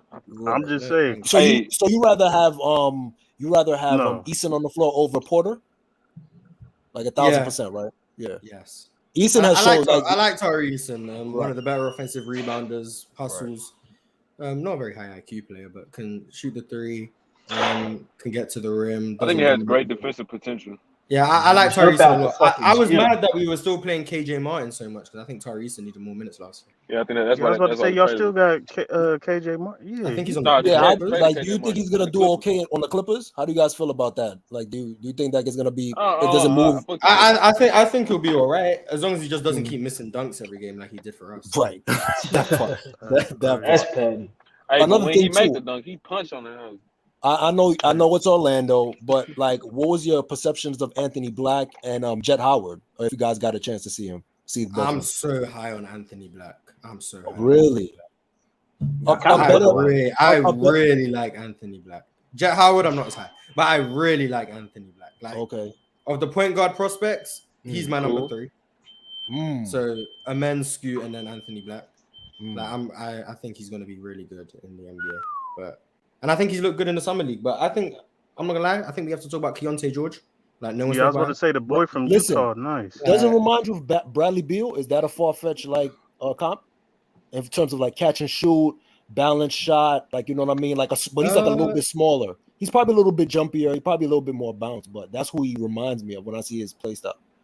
Yeah, I'm not mad at Bradley Beal. I was high on Keontae George at Baylor just because I saw the shot creation and a bit, like even though like the percentages didn't say it, but when you're shooting the degree of difficulty from three that he is, you can see that he can shoot. Like no one's shooting step back threes from 30 feet without actually having shooting ability. You can see he can shoot. And now in a more structured situation, like he just has he can shoot right, left, right, hop. Like he just has the shooting touch and the skill. So I'm really high on him. And I like that they were putting the ball in his hands to be like a decision maker as well, which is like put him through the fire. It's kind of like what they did with Victor Oladipo in Orlando. Just put him through the fire, let him go through it. Because eventually, I don't think they're gonna keep Colin Sexton.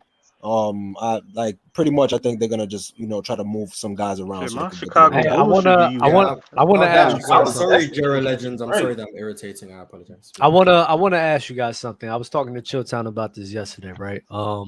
I think this draft. I think there's a lot of like good talent. But it's more like role-playing talent. Like I think these guys could be really good, like role Taylor players. Hendricks, right? Yeah, That's like true. secondary stars. Like that's what I'm looking at. And I feel as if I'm worried because if we think about like the top 15 to 20 guys, a lot of them are like 28, 29, or like 30 and above. Or like they're going to be out the league in a few years. So you're wondering where the superstars are coming I'm wondering when and where the superstars are going to be coming from. Because right now they're all coming from overseas. And like what's the state of the NBA going to be like after guys like LeBron, KD, Jimmy Butler?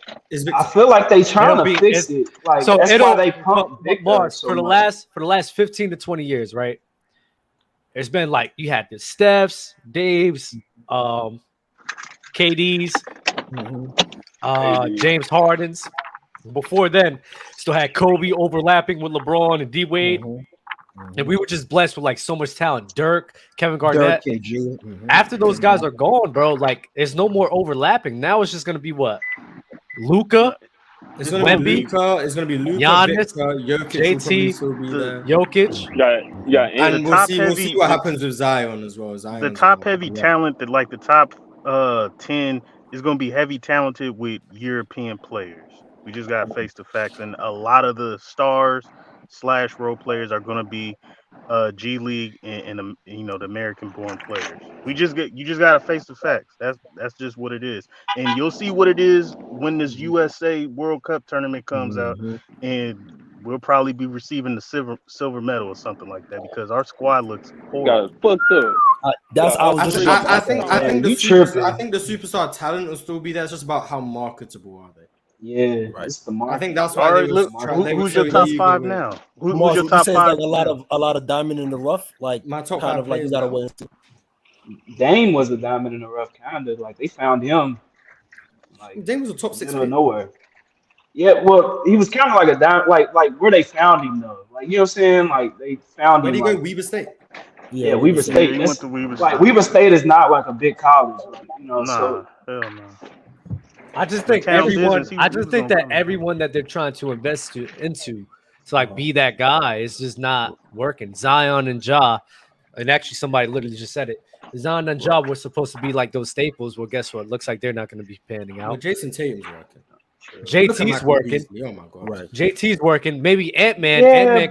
Ant-Man could. Dub is going to be Vic. It's going to be Vic. It's gonna be Victor. It's gonna be potentially one of the Thompson twins, Scoot Henderson. Like I think we're looking at these last three drafts. We all acknowledge that Brandon Miller's not it, right? Like we always just brush past him. We've all agreed. Brandon Miller. I don't think Scoot. I don't think Scoot's gonna be this guy. I don't think Scoot's gonna be this guy that low stage. Like we've seen it. One pick, the number 3 pick, the number 4 pick. I think it's consensus, Mars. Like we all seen. I don't know. Brandon Miller. Brandon Miller looks like the best scorer. He looks like he has like the most offensive tools in the top in the lot. Like honestly, who his team is just trash. You watching highlights? No, I'm watching the game. Like he's fumbling the ball everywhere. He's a shitty ball handler. Like that's a fact. Like he's terrible. Like in terms of ball handling, but like I see him get to the rim. I'm seeing him get to the rim. I see what you mean. He's a live like, ball passer. he looks like he has some raw skills. He's not the best offensive player, though. I think that's a crazy. Right. I mean, not best offensive player. I mean, like score. Like, you know what I'm saying? It looked like he has the best like scoring ability in the lottery. But his ceiling coming out was like Paul George. That was his ceiling. I don't see him reaching that.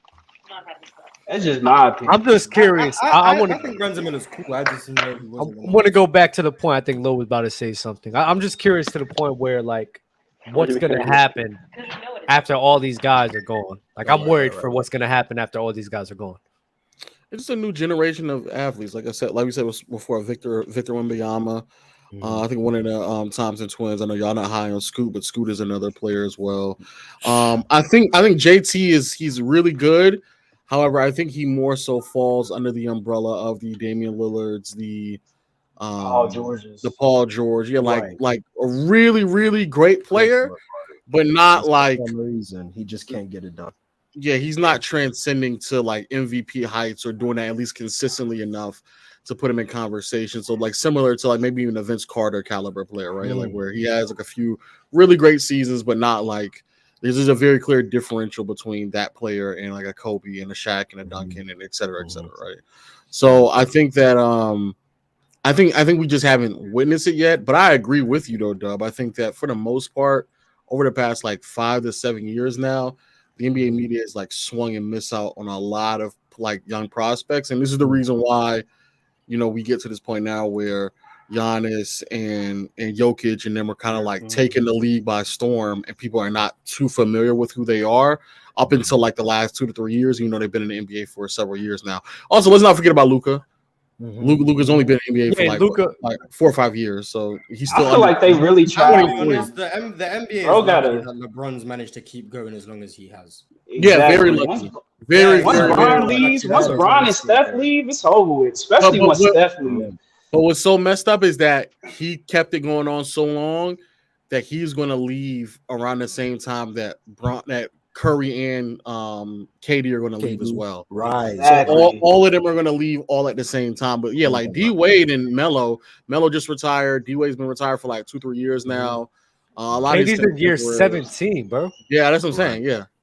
Flew by. All of them are about to retire within like KD got a boss 2 to 3 years right next to one another. They're all about to retire at one time. Even Harden as well. Like Harden's about to leave. Like all them, Russ. Like there's gonna be like a subsection of just like identifiable star caliber players that are all about to leave at one time.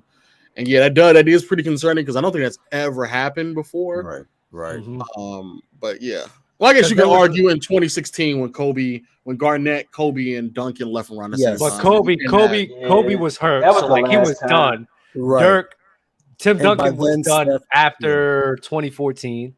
Dirk was done after Tim Duncan was still pretty good.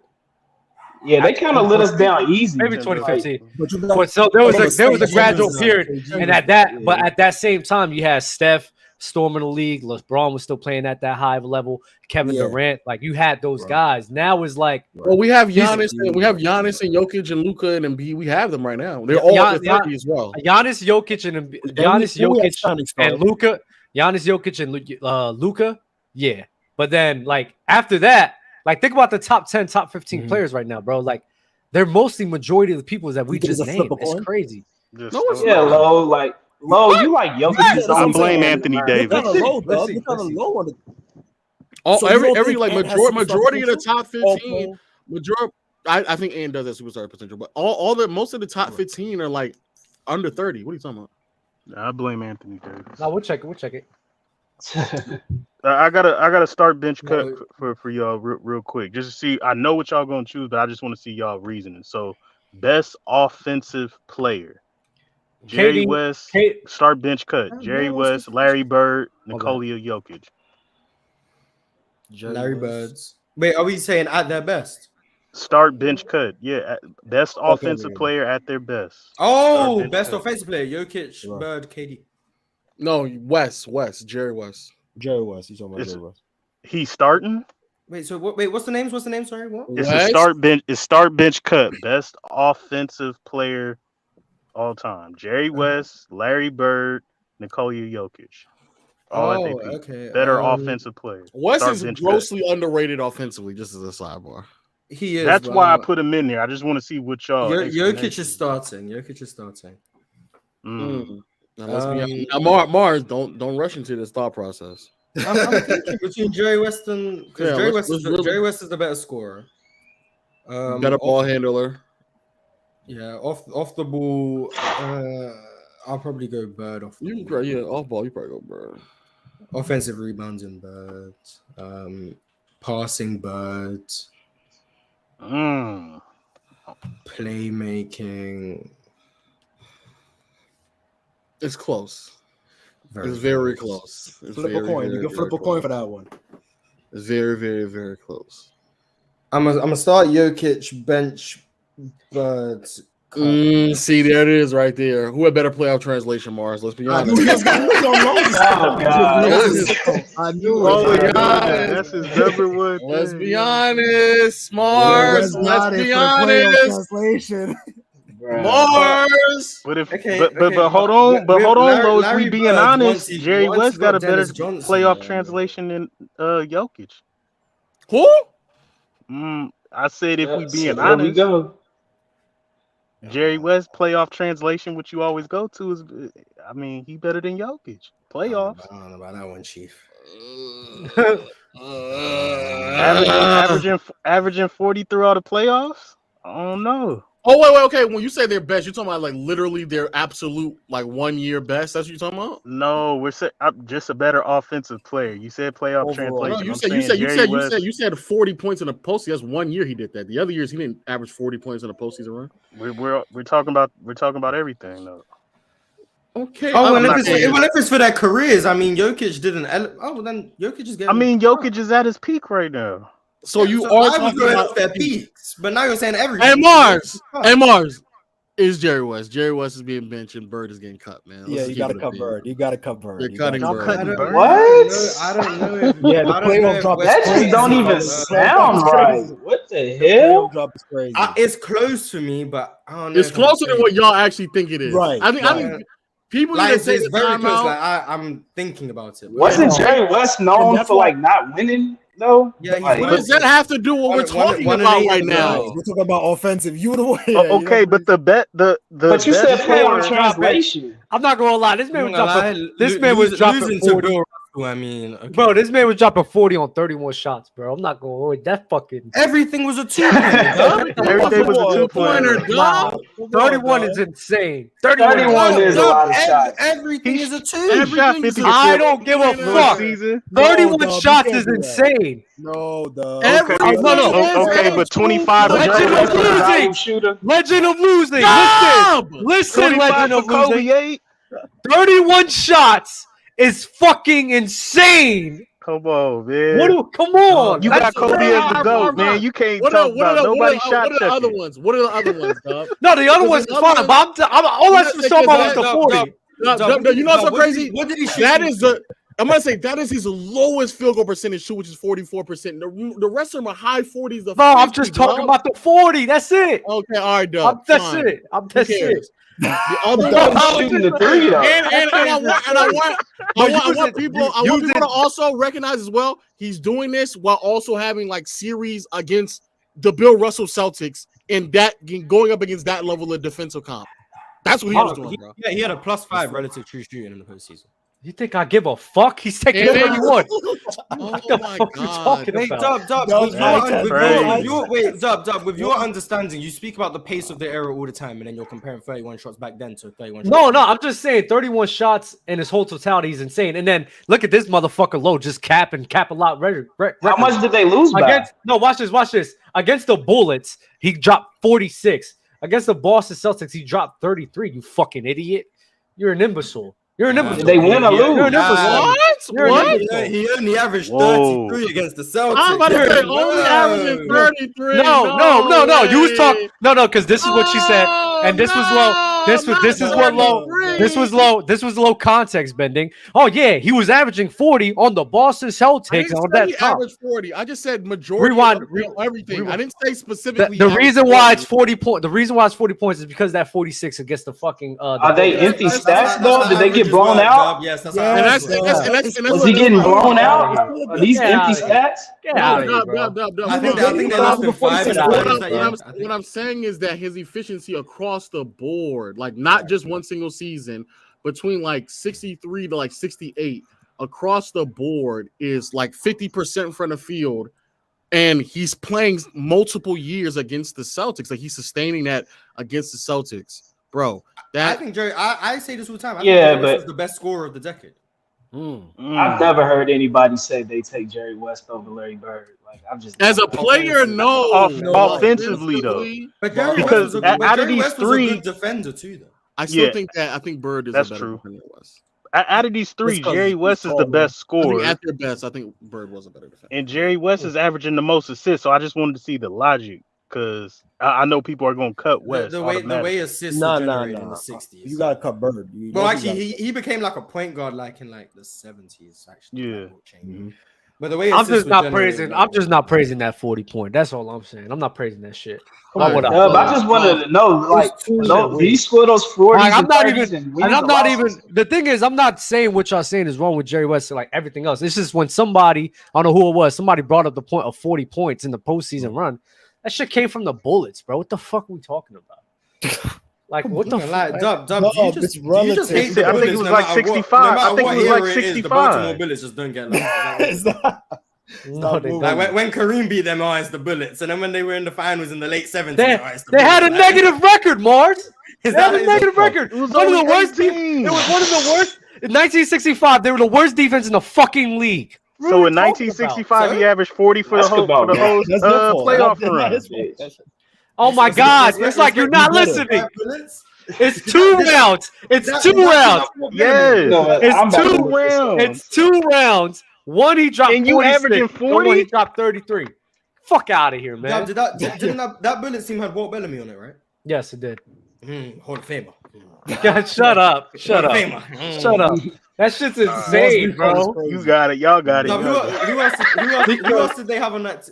Walt Bellamy. Yo, Doug is a loose man. That shit's Strong. pissing me I'm off. not Why gonna am I praising? Why y'all not here? Why am I going to praise 2 rounds of somebody averaging 40? Majority came from the fucking worst. Majority of that came from the worst defense in the fucking league. 46. I'm looking this shit up. What year was they playing in the 40s, the 30s? Like, what year we talking about? That's 65.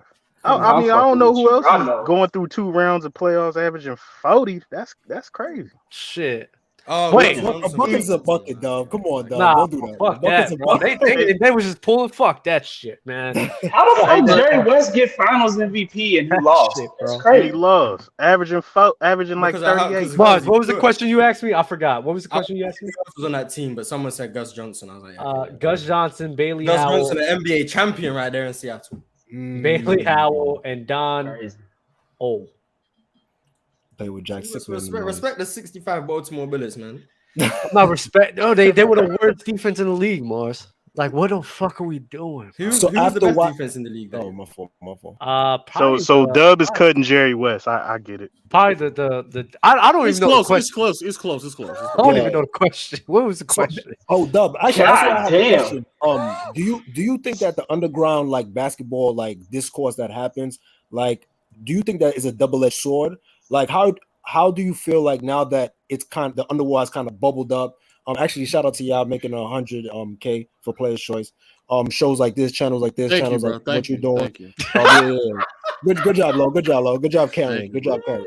But how do you feel about that? Like, do you feel like it's a double-edged sword? Because I saw that you was on what's that? The joint, the Who's a Casual? Like, so it's just interesting to see how the bubble has merged into different like sections, stuff like that. How do you feel like your that content creators have to deal with honest basketball discourse? Because it's kind of like you kind of have to fight this, like, I would say like creative battle where you're going with entertainment, retention, things like that, but still be able to try to be honest. You know what I mean? You don't want to just be saying wild shit in basketball. So how do you feel about like, the underworld discourse, like bubbling up and stuff like that? I don't care. I'm not gonna lie. I think if people want to talk about basketball, just say whatever fuck you want. I mean, it's free That speech man for a gave a reason. Nikola Jokic response. I'm not gonna hold you. Like I'm serious. Like it don't matter to me like that. Whatever your truth is, you want to talk about basketball, however which way you want to, go ahead, go talk about it. Like it is what it is. You go viral. Try your best to go viral. Just be real to yourself. Try to be honest, and whatever you want to say it. Like it's free speech. You just shouldn't be a standard that you have to have in order to make a fucking YouTube platform to just talk about a game.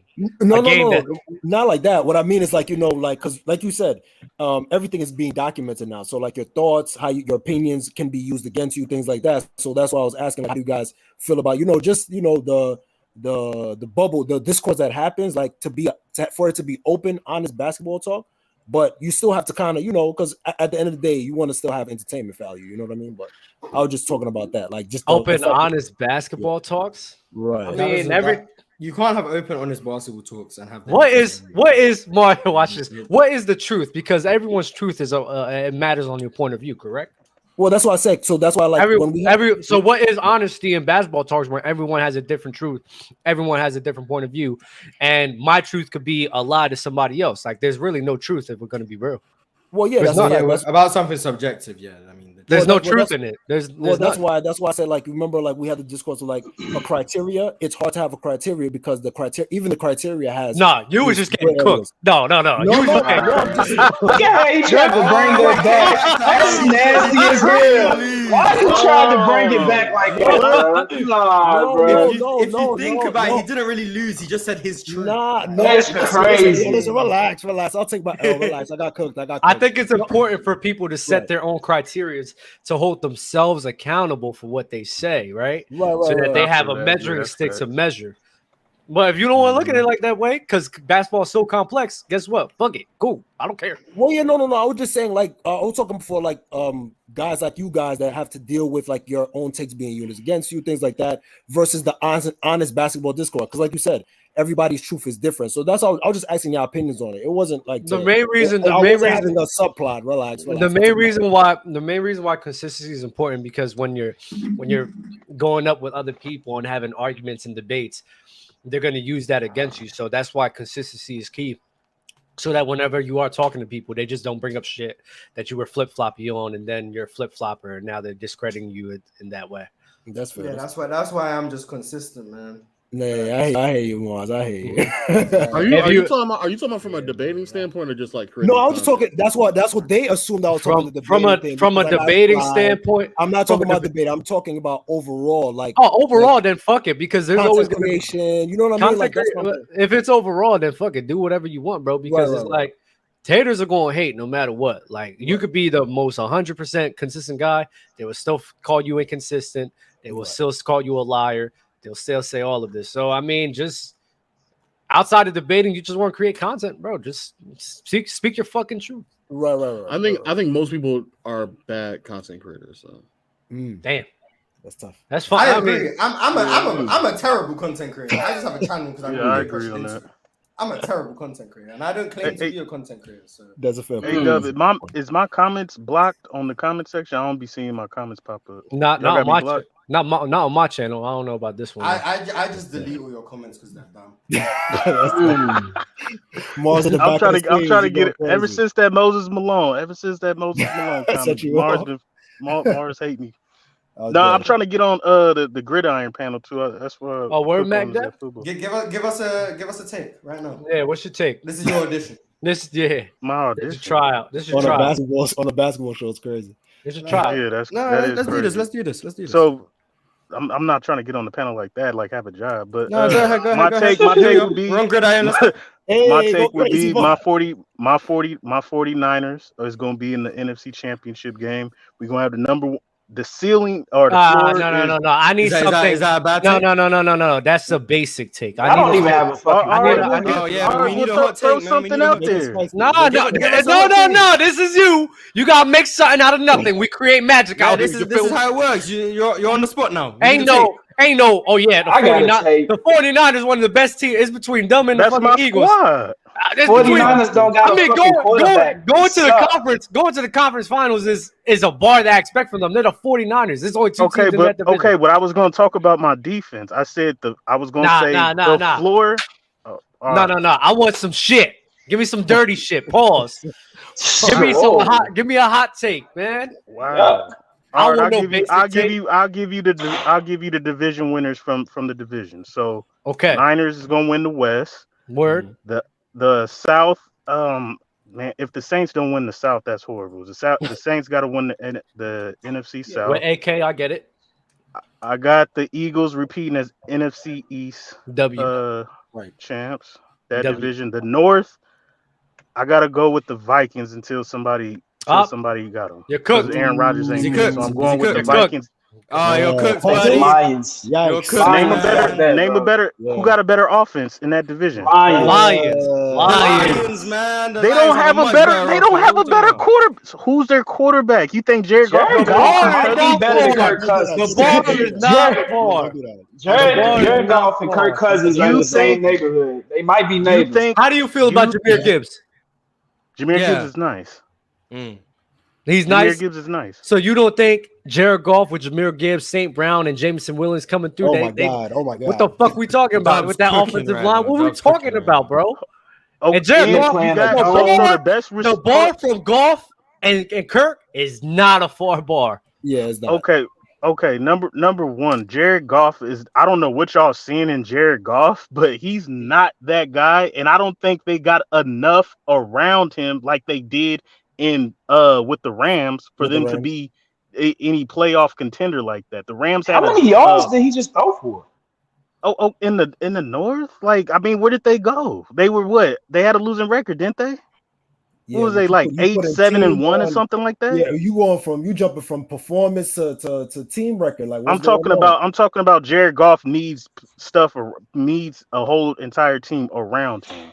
He don't have that. He don't have that in the Rams. The Lions don't got a top 10 defense like that. I think you got to wait and see what these players is going to develop into. As far as the Vikings, you got a borderline top 15, top 10 quarterback in Kirk Cousins. You got the best wide receiver. You got a debatable best wide receiver in football, Jefferson. Y'all sleeping on Jordan. Y'all sleeping on Jordan Addison out of USC. He's gonna be a nice. They got a receiving core. They got a tight end. They're gonna be nice. Y'all looking at the pieces that they missing with Dalvin Cook and Hendricks on the defensive end. They really got better in the draft in the secondary. The boy out of LSU and I forget the other boy out of Colorado. So they still got the talent to win that division, and I think they got the best quarterback in that division. Cool. You know what? You could talk about this next Wednesday, man. Damn, you got to call it. We got it. But I wanted to ask you a last question though. What's your Instagram? Y'all. Salute. No problem, bro. Please, send me your Instagram though. I got one more. Now I know shit like that, but I need ways to communicate with y'all. Who do you guys think had the best off season after you guys watched the summer league and things like that? And is there any like gems that you? The Lakers summer league team is low key nice. I really like Jalen Hood-Shafina. Yeah. What? Yeah. I really like Jalen Hood-Shafina. Y'all don't see her like just a smaller D-Lo? That's not that bad if that's what he turned. I'm happy with 17th pick. Okay. I'm about to say for the 17th pick, that's not that bad. Very poised in the pick and roll, can shoot. Okay. But the only thing is that I just really like him. But the thing about it is like you got a plethora of people that play in the mid range on the Lakers, right? So it kind of takes away from his best attribute. Now, if LeBron gets off the ball and he has the IQ to find LeBron on the short rolls, things of that nature, Anthony Davis on the alley oops and stuff like that, then yeah, that would be perfect. But to me, he doesn't shoot well enough from the 3-point line to create enough separation when he needs to get to his spots. I think it's gonna be easier in the NBA. They're gonna catch up to him. His athleticism doesn't really work for sure. I don't think he's gonna play that much, but I'm about to say I think for the 17th pick, like Mar said, I think that's a really good pickup. I think looking at what Chrissy is doing as well in the summer league, he looks really good. And just all around with the Lakers in the offseason as well, like bringing in Taurean Prince, Cam Reddish. getting Okay. Tyon I don't Prince see Cam Reddish playing. and Like, getting Rui and what's his name? Rui and Reeves on like very maintainable contracts while also putting D'Lo on a 2-year deal, not nothing extreme or extensive.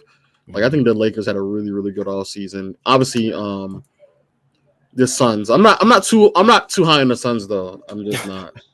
Because you're not high on KD, so you know. Man, all I know is when I'm not high on that team building out there.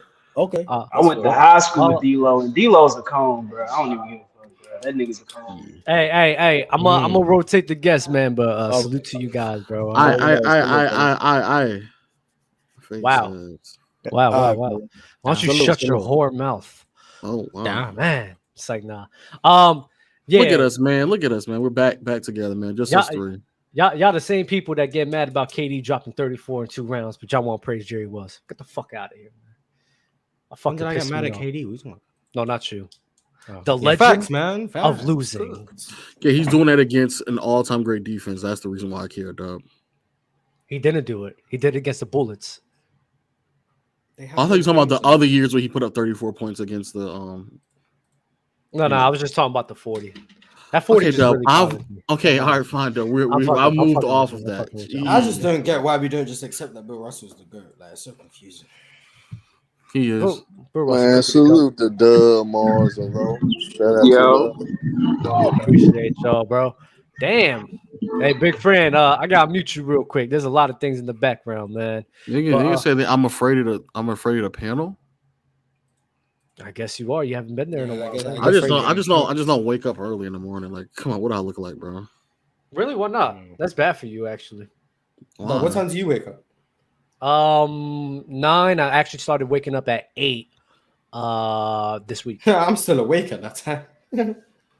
What is it? Yeah, I'm about to say I normally go to sleep like real late. Why? What is it? Why is it a good thing? Why is it a bad thing? As long as I get my 8 hours of sleep. Me personally, why does it matter what time I? Me personally is like just a sense of I think there's just a lot more things to do throughout the day, especially starting early that you could do it. Some things be closed and everything, errands you got to run. It's just better to get things out the way. And then after you're done all those errands, you still got the night to enjoy. Well, I go to bed at like 1 or 2 o'clock in the morning anyway. I just wake up. Mine's is different. 9 a.m. I normally wake up, get my errands done, and then have the rest of the day to just work. Type shit. I just don't work. I just sleep and wake up and do this. Okay. Hey, Dub Mars, what y'all think about Kenneth Lofton, aka Baby Zebo from Memphis? I don't want to. I think he's fat. That boy is a big body. If Zion can get called fat, we need to call him fat. Yeah, for sure. That boy. But he be being honest, he's fat. He be hustling though. But he got touch around the rim, Mars. He's good. He's a very good basketball player, but he's fat. I think we should have played him in the playoffs against the Lakers. We probably could have had a better opportunity against the Lakers. We would have played him. I mean, we were gonna lose regardless, bro. But I'm just saying, we didn't have anybody else in the front court. Might as well should have gave him an opportunity. That's all I'm saying. Do you like David Roddy? I think he's solid. He hustles. He do a lot of the small little things, but I don't think he could. I don't think that you can rely on him. You know what I'm saying? Like he's cool. I don't really like him too much. I don't think you can rely on him though. And I think Zaire Williams should have been in the summer league. I don't know who he thinks he is. He needs to be in the summer league. I think we messed up. I think we dropped the ball for us developing him. I think they did a terrible job for us bringing him along. So I think that's more. I think that's more the coaching staff and more as the training staff for us. That ain't him, Zaire Williams. And today, that's a bust. That's another bad draft pick that we got. We still get 100 by seem to be draft pick to this day. Seems like it. So, I mean, that's another bad situation that we got going on with him because they saw a lot. They saw a lot of potential in him, but we couldn't get it out of him. So that's dealing with coaching and that's dealing with our trainers. So we got to live with that, and we got to basically move on. We can't keep trying. We got to move on. Unfortunately, you gotta give up on him. He's trash. Word. Let me read off some super chats real quick. Kendrick can out rap Pac. Y'all ain't ready for that combo though. Who's the biggest bust of all time? He's trash too. Who? Who's the biggest bust of all time? It's Anthony Bennett. Yeah, AB. Yeah. There's that guy who got like drafted like #1 in like the 70s. I hear about him all the time. LaRue Martin, I think his name is. He plays in the league for like 4 years. He was the #1 pick. Didn't do anything, but it's still going to be Anthony Bennett to me. How do you guys think Kevin Porter Jr. will be affected by the Rockets' new addition? He'll be playing in a state that isn't Texas. He just waiting to get traded, basically, Dub. I think he just gonna be ready, waiting to get traded because eventually Houston gonna have to make a trade somehow because they do got too much depth in the guard play. You got to give your top picker, the Thompson twin. He got to get some clock. It's not gonna be in the room for him, so I expect him to be traded soon. Actually, Same. I'm just hoping he gets traded soon. Word.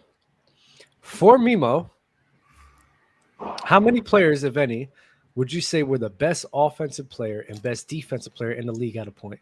Bill Russell, right? Offensive player in the league? Hell no. Oh, but his offense is his defense. Exactly. I mean, his defense is his offense. Yeah. Him, Mike, Hakeem. It's like, nah, I mean, technically, George Michael. They were the best defensive and offensive player. George he Michael. was back then, though. He was, though. George Michael, Kareem. Michael And that's where it Jordan. ends. And that's where it ends right there. That's Who- where it who- ends. Who was the best offensive player in the league the years MJ retired in the 90s? I mean, it'll be Hakeem Olajuwon Shaq. around that time. Shaq was in the league. But You I think say that Hakeem version of Shaq Olajuwon was a was better the best. offensive player than Hakeem? Hakeem's actually, it's debatable. Before Shaq really developed as a passer and playmaker, you think he was a better offensive player than Hakeem? Hey, Doug, Hakeem Olajuwon was crossing guys on the baseline, man. As a center, just crossing guys over, quick little crossover, taking those centers to the baseline back then, man. I don't know, Doug. Include Hakeem then, I'm fine with it. Yeah, Wilt was never the best offensive player in the league. That was a man named Oscar Robertson. And That, Jerry West is also. that postseason translation was immaculate. 94, 95? Someone said debatably Kobe. What the? Okay. Could you argue LeBron in 2013? No, It was too many great defenders Why not, Doug? around the time Kobe and LeBron. Who was the best defensive player in the league in 2013? You could say Tony Allen around that time. DP, you cannot. who Marcus Gasol got DPOY, boss. That doesn't mean anything. It doesn't mean that he was the best defender. Trolling doesn't suit you. I'm not gonna lie. You don't do it as good as I do it. Yeah, I'm not doing that shit. I guess. Oh wow, I guess by default, maybe it is him. Who was a better defender? I know there was somebody. 2013, you can argue LeBron was the best offensive and defensive player in the league. Fuck. Weak era. Weak ass there. Very weak ass there. Very weak ass. But you had the young Kawhi Leonard. He was locking up then because he was a role player. Nah. He was locking up though. Kawhi was locking guys up though. Nah. Not Kawhi. Not at that time. I'm saying it's 4 players. I'm saying it's, and one of them is George Michael. So Damn. Who? I mean, Shaq, give me a name because I'm not sure. I don't think there was anybody who was a better defender than him at that time. And people are going to still say I somehow hate LeBron, and I'm here saying that he was the best. Because Dwight was out. This is 2013. Yeah, that was bad back, Dwight. I'm telling you who the best defensive player was, Doug. Because honestly, Tony Allen was the best defender on that team, and he was playing the best defense on that team that year. I mean, just in the day, Gasol just got it that year, but Tony Allen was clear cut. He was the best. He was the best lockdown defender. I wouldn't say he was the best defender. And he did everything defensively for us. Tony Allen. The chat saying names like Tim Duncan, Kawhi, Marc Gasol. No, I don't think Marc Gasol was better. Tyson Chandler, I don't think he was better. Yeah, I guess it is. You had Drew Holiday around that time in 2013. Nah, it's LeBron. It's LeBron. So LeBron Hakeem, George Mikan, and Kareem. All right. And Hakeem is arguable. LeBron's also arguable, to be fair. Well, who, like Mark? Yeah, Marc Gasol. I think Kawhi wasn't the best defender in the league, but if you value on-ball defense, you can make the argument for Kawhi, even though I wouldn't. And George Mikan, I mean, I guess. Hey, drink more water. Jamaica man from before said KD and Kyrie were some of the most talented players to play. Does most talented only mean offensively? Who are some of the most talented defensive players ever? Hakeem. Hakeem. Ewing. Why? I mean, talented. Like, what the fuck we talking about? Talented. Kevin Garnett. For his talented defensively, look at Ben Wallace. For his talented Andre Karolinko. Ben Wallace, yes. Ben Wallace, yes. You said AK-47? Yeah. Oh, AD. Kawhi. AD is one. I like AD. Kawhi. Bam. Mikal Bridges. Drew Holiday again. Mentioned Drew Holiday. Mikal Bridges, man. Okay, buddy. W Brooklyn Nets fan. Bill Russell. I'm gonna give you a talented guy right now that has the potential to be a lockdown defender. He just sometimes get lost in Herb Jones could. Herb Jones actually could if he goes all in with it. He could be one of the better defenders in the game. Marks is crazy. Matisse Thybulle was a talented defender. No. Yeah, he was. Yeah. We got to be honest about it. Ben Simmons. I ain't seen someone. Matisse Thybulle is one of the only players I see defend the way Matisse Thybulle defends. That's time. All right, but for his potential though, Mars, Herb Jones with the potential though, he could be one of the best defenders in years to come, bro. For his potential. Definitely. What is the question? Most talented defenders ever. Oh, ever? That's just Garnett. That's it. Damn, Tim Duncan ain't got talent. I agree. Kevin Garnett, Duncan. I mean, David Robinson. How do you feel about the take was a hell of a that? defender. How do you feel about the take that Ben Wallace peaked higher defensively than Tim Duncan? He probably did. Yeah, I believe I saw someone commented somewhere. I think it was on the Play Straight. I think he did, and then you gotta look at it. Those defenses in Detroit, they was holding guys at upper 70s and lower 80s, man, consistently at one point. So Spurs used to do that as well. Spurs used to do that as well, but you know they don't get no credit for that. But it is what it is. Yeah, because who was watching the Spurs, man? No one cares. Yeah, Spurs used to do the exact same thing, but you know what it is. Yeah, and Tim Duncan was getting carried by Bruce Bowen. Wow. You said they used to hold the Detroit used to do what? Hold them to what? I was like upper 70s on lower 80s, man. That was one of the most consistent teams of doing that. And Ben Wallace was a staple of that defense. I mean, he was the staple of it. When you say lower 80s, you mean like below 85? Yeah, like below 85. Yeah. Yeah, they was doing that a lot. The Pacers had a great Ron Artest. I don't know why we didn't mention Ron Artest. Ron Artest was one of the better defenders. He brought that out of Indiana. Was a great defensive team as well. 04, the Spurs did that for an entire season. They held their opponents under 85 points. So but Duncan doesn't get enough credit for that. But it is what it is. I knew he was walking into something. That's why he's a top. That's why he's a top 4 player all time, and low-key Hakeem better than Kareem. But it is what it is. So why don't you got him over? He does. I guess on my bot. He said top 4 player of all time. Obviously, he thinks Tim Duncan probably one of the best big men. Having Tim Duncan top 4 all time is just such a brain dead take. What? You're chatting. Nigga, you're smiling. I can't take you serious. Where do you have Kobe? Who's doing that? I don't know. I have him like 5 or 6.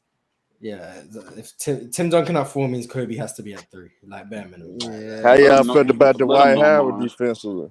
How y'all felt about Dwight Howard? One of the most talented. Yes, just with the physical tools, but he's also one of the most overrated as well. From like a fundamentally, you can be both. Yeah, from a fundamentally, like if you ask me who's fundamentally sound defensively, Dwight Howard is not a name that's coming up. He was very just his athleticism bailed him out a lot. I'll say that. True. But Tim Duncan top 4 brain dead. I'm sorry, that's brain dead. It's a terrible take. It was crazy because you also had Tim Duncan top 4, but it's cool. I have Tim Duncan where? What's your top 4? What's your top 5? What's your top 5? Bill Russell. All right, I gotta go, guys. In no order. Bill Russell. I had to go. In no order now. Okay. All right, yeah, Bill Russell's in my top 5. Bill Russell, MJ, LeBron, Kareem, Shaq. Tim Duncan better than Bill Russell, though. I'm And done, bro. I gotta go, bro. That's my top 5. I'm gone, bro. Wait, Dub, Tim do you know Duncan it? better than the Shaq. Yeah, I hear you. What happened? What happened? Dub, what's my top 5 all time? Do you know it? You have LeBron, MJ, Kareem. 4, I think Bill Russell. 5. Who do you have 5 again? Hakeem? Notice how he didn't say Tim Duncan. So, but it wasn't Tim Duncan was 6. Tim Duncan was 6. Oh, so Duncan is That's still no, Mars. No, Mars. So Hakeem is, so Duncan is over Shaq. Okay, so you just Duncan's not over Shaq. I don't know where Dub got that from. I don't know where Dub got that. My top 5. You said it today. What the fuck? My top 5. Oh, today I said the Starbucks Cup was Shaq Hakeem Duncan. I said I'm starting Shaq, no. He said he was thinking about it. He was thinking about it. That's I've been thinking about Shaq and Hakeem's placement a lot recently. Yep, that's what he said. and as you get old, as you continue, Duncan gets higher for you, correct? Mars, who's your top 5 though? And so does Kobe. They're both moving up. Okay, yeah, but Duncan does get higher, correct? I'm thinking about it. I haven't made any definitive changes. Okay. I haven't made any definitive to my level of thinking, Mars. You'll comprehend it. All right, you'll understand why he ain't going over Bill Russell. That's a stupid way of thinking. I don't mind. So he ain't going top 4. Top 4 brain dead. I'm sorry. Top 4. Wait, what's your top 5 though? What's your top 5 though, Mars? He has Bill Russell at 5, I think. What's your top 5? You, Mars. Bill Russell. What, you asked me for yours, Mars, not Lowe's. Yeah. Bill Russell, MJ, Bron, Kareem. Oh, you really serious? You put Bill Russell as the GOAT? No, seriously. I think he said no order. He said no order. Now all of a sudden he got him one. This nigga's a nasty. Bill Russell, he's nasty. MJ, LeBron, Kareem. And that's my definitive 4. Those 4 guys are in the top 4. The 5 through 8 with Shaq, Hakeem, Duncan, and Kobe. I haven't decided yet. So I'm gonna have Kobe there for now. Kobe will be 5 for now. Oh, I love that. But Kobe, Shaq, Hakeem, and Duncan are 5 through 8. I don't know who goes where. And then Bird, Magic, and Steph is 9 through 11, and then Wilt is 12. That's about as far as I've got so far. So, but Bill Russell is the GOAT. And Kareem's closer to the group of Shaq, Hakeem, Duncan, and Kobe than he is to the MJ, LeBron, Bill Russell tier. Because he's a bum. Why is low? Yo, what is that? He's underwater. Oh, Jesus Christ. So low, what is your gripe with Mars about Tim Duncan? Oh, he's mad because I said Tim Duncan at 4 is brain dead. And Tim Duncan at 4 is brain dead? Yeah, that's what he's saying. It would have to Tim Duncan has no case to be 4, but Lowe just cooks a bunch of casuals. Did he even beat the Kobe allegation? He did. That's crazy. Yo, they dead skip the Kobe. Lowe's go-to argument about Tim Duncan is basically, let me summarize. David Robinson. This is Lowe's whole argument. Yeah, tell me right now. Tell me. This is Lowe's whole argument. Tell me. This is it. David Robinson is not as good as we say. Yep. Tim Duncan was just a lot better than David Robinson was. He was never that good. People overrate him to bring down Tim Duncan. The evidence for that is when Tim Duncan was hurt in the 2000 season and David Robinson was there, and the Phoenix Suns didn't have any point guards. Jason Kidd wasn't there, and they had to bring Kevin Johnson out of retirement. They still lost that series because David Robinson wasn't good enough offensively. That's one of the go-to arguments. Then we'll talk about Tony Parker and Manu Ginobili being rookies and sophomores, and how Tim Duncan anchoring an all-time great defense.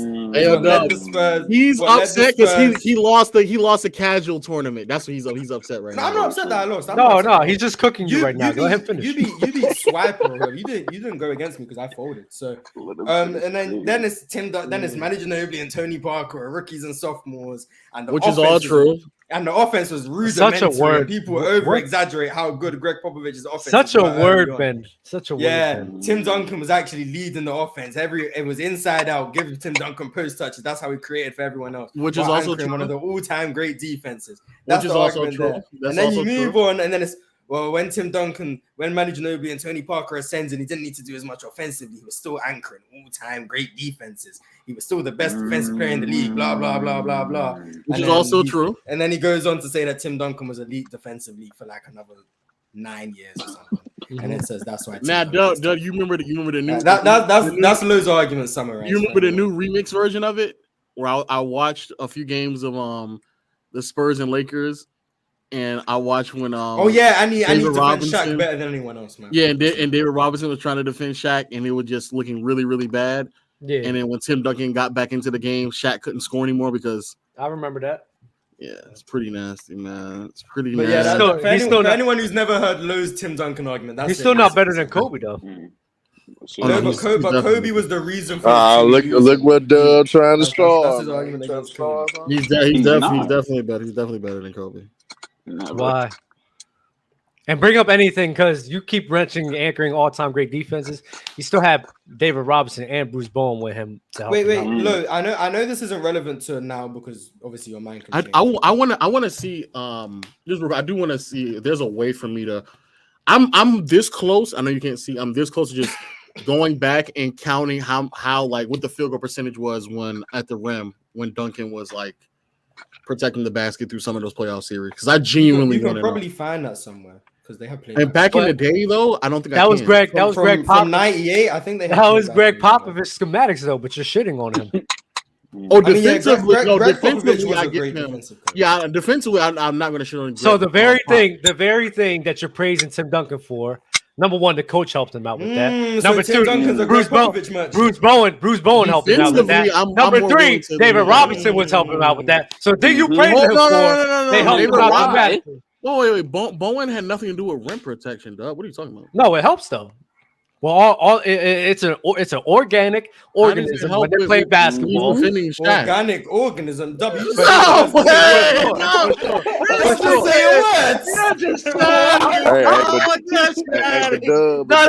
this is the thing. You can say that my bad.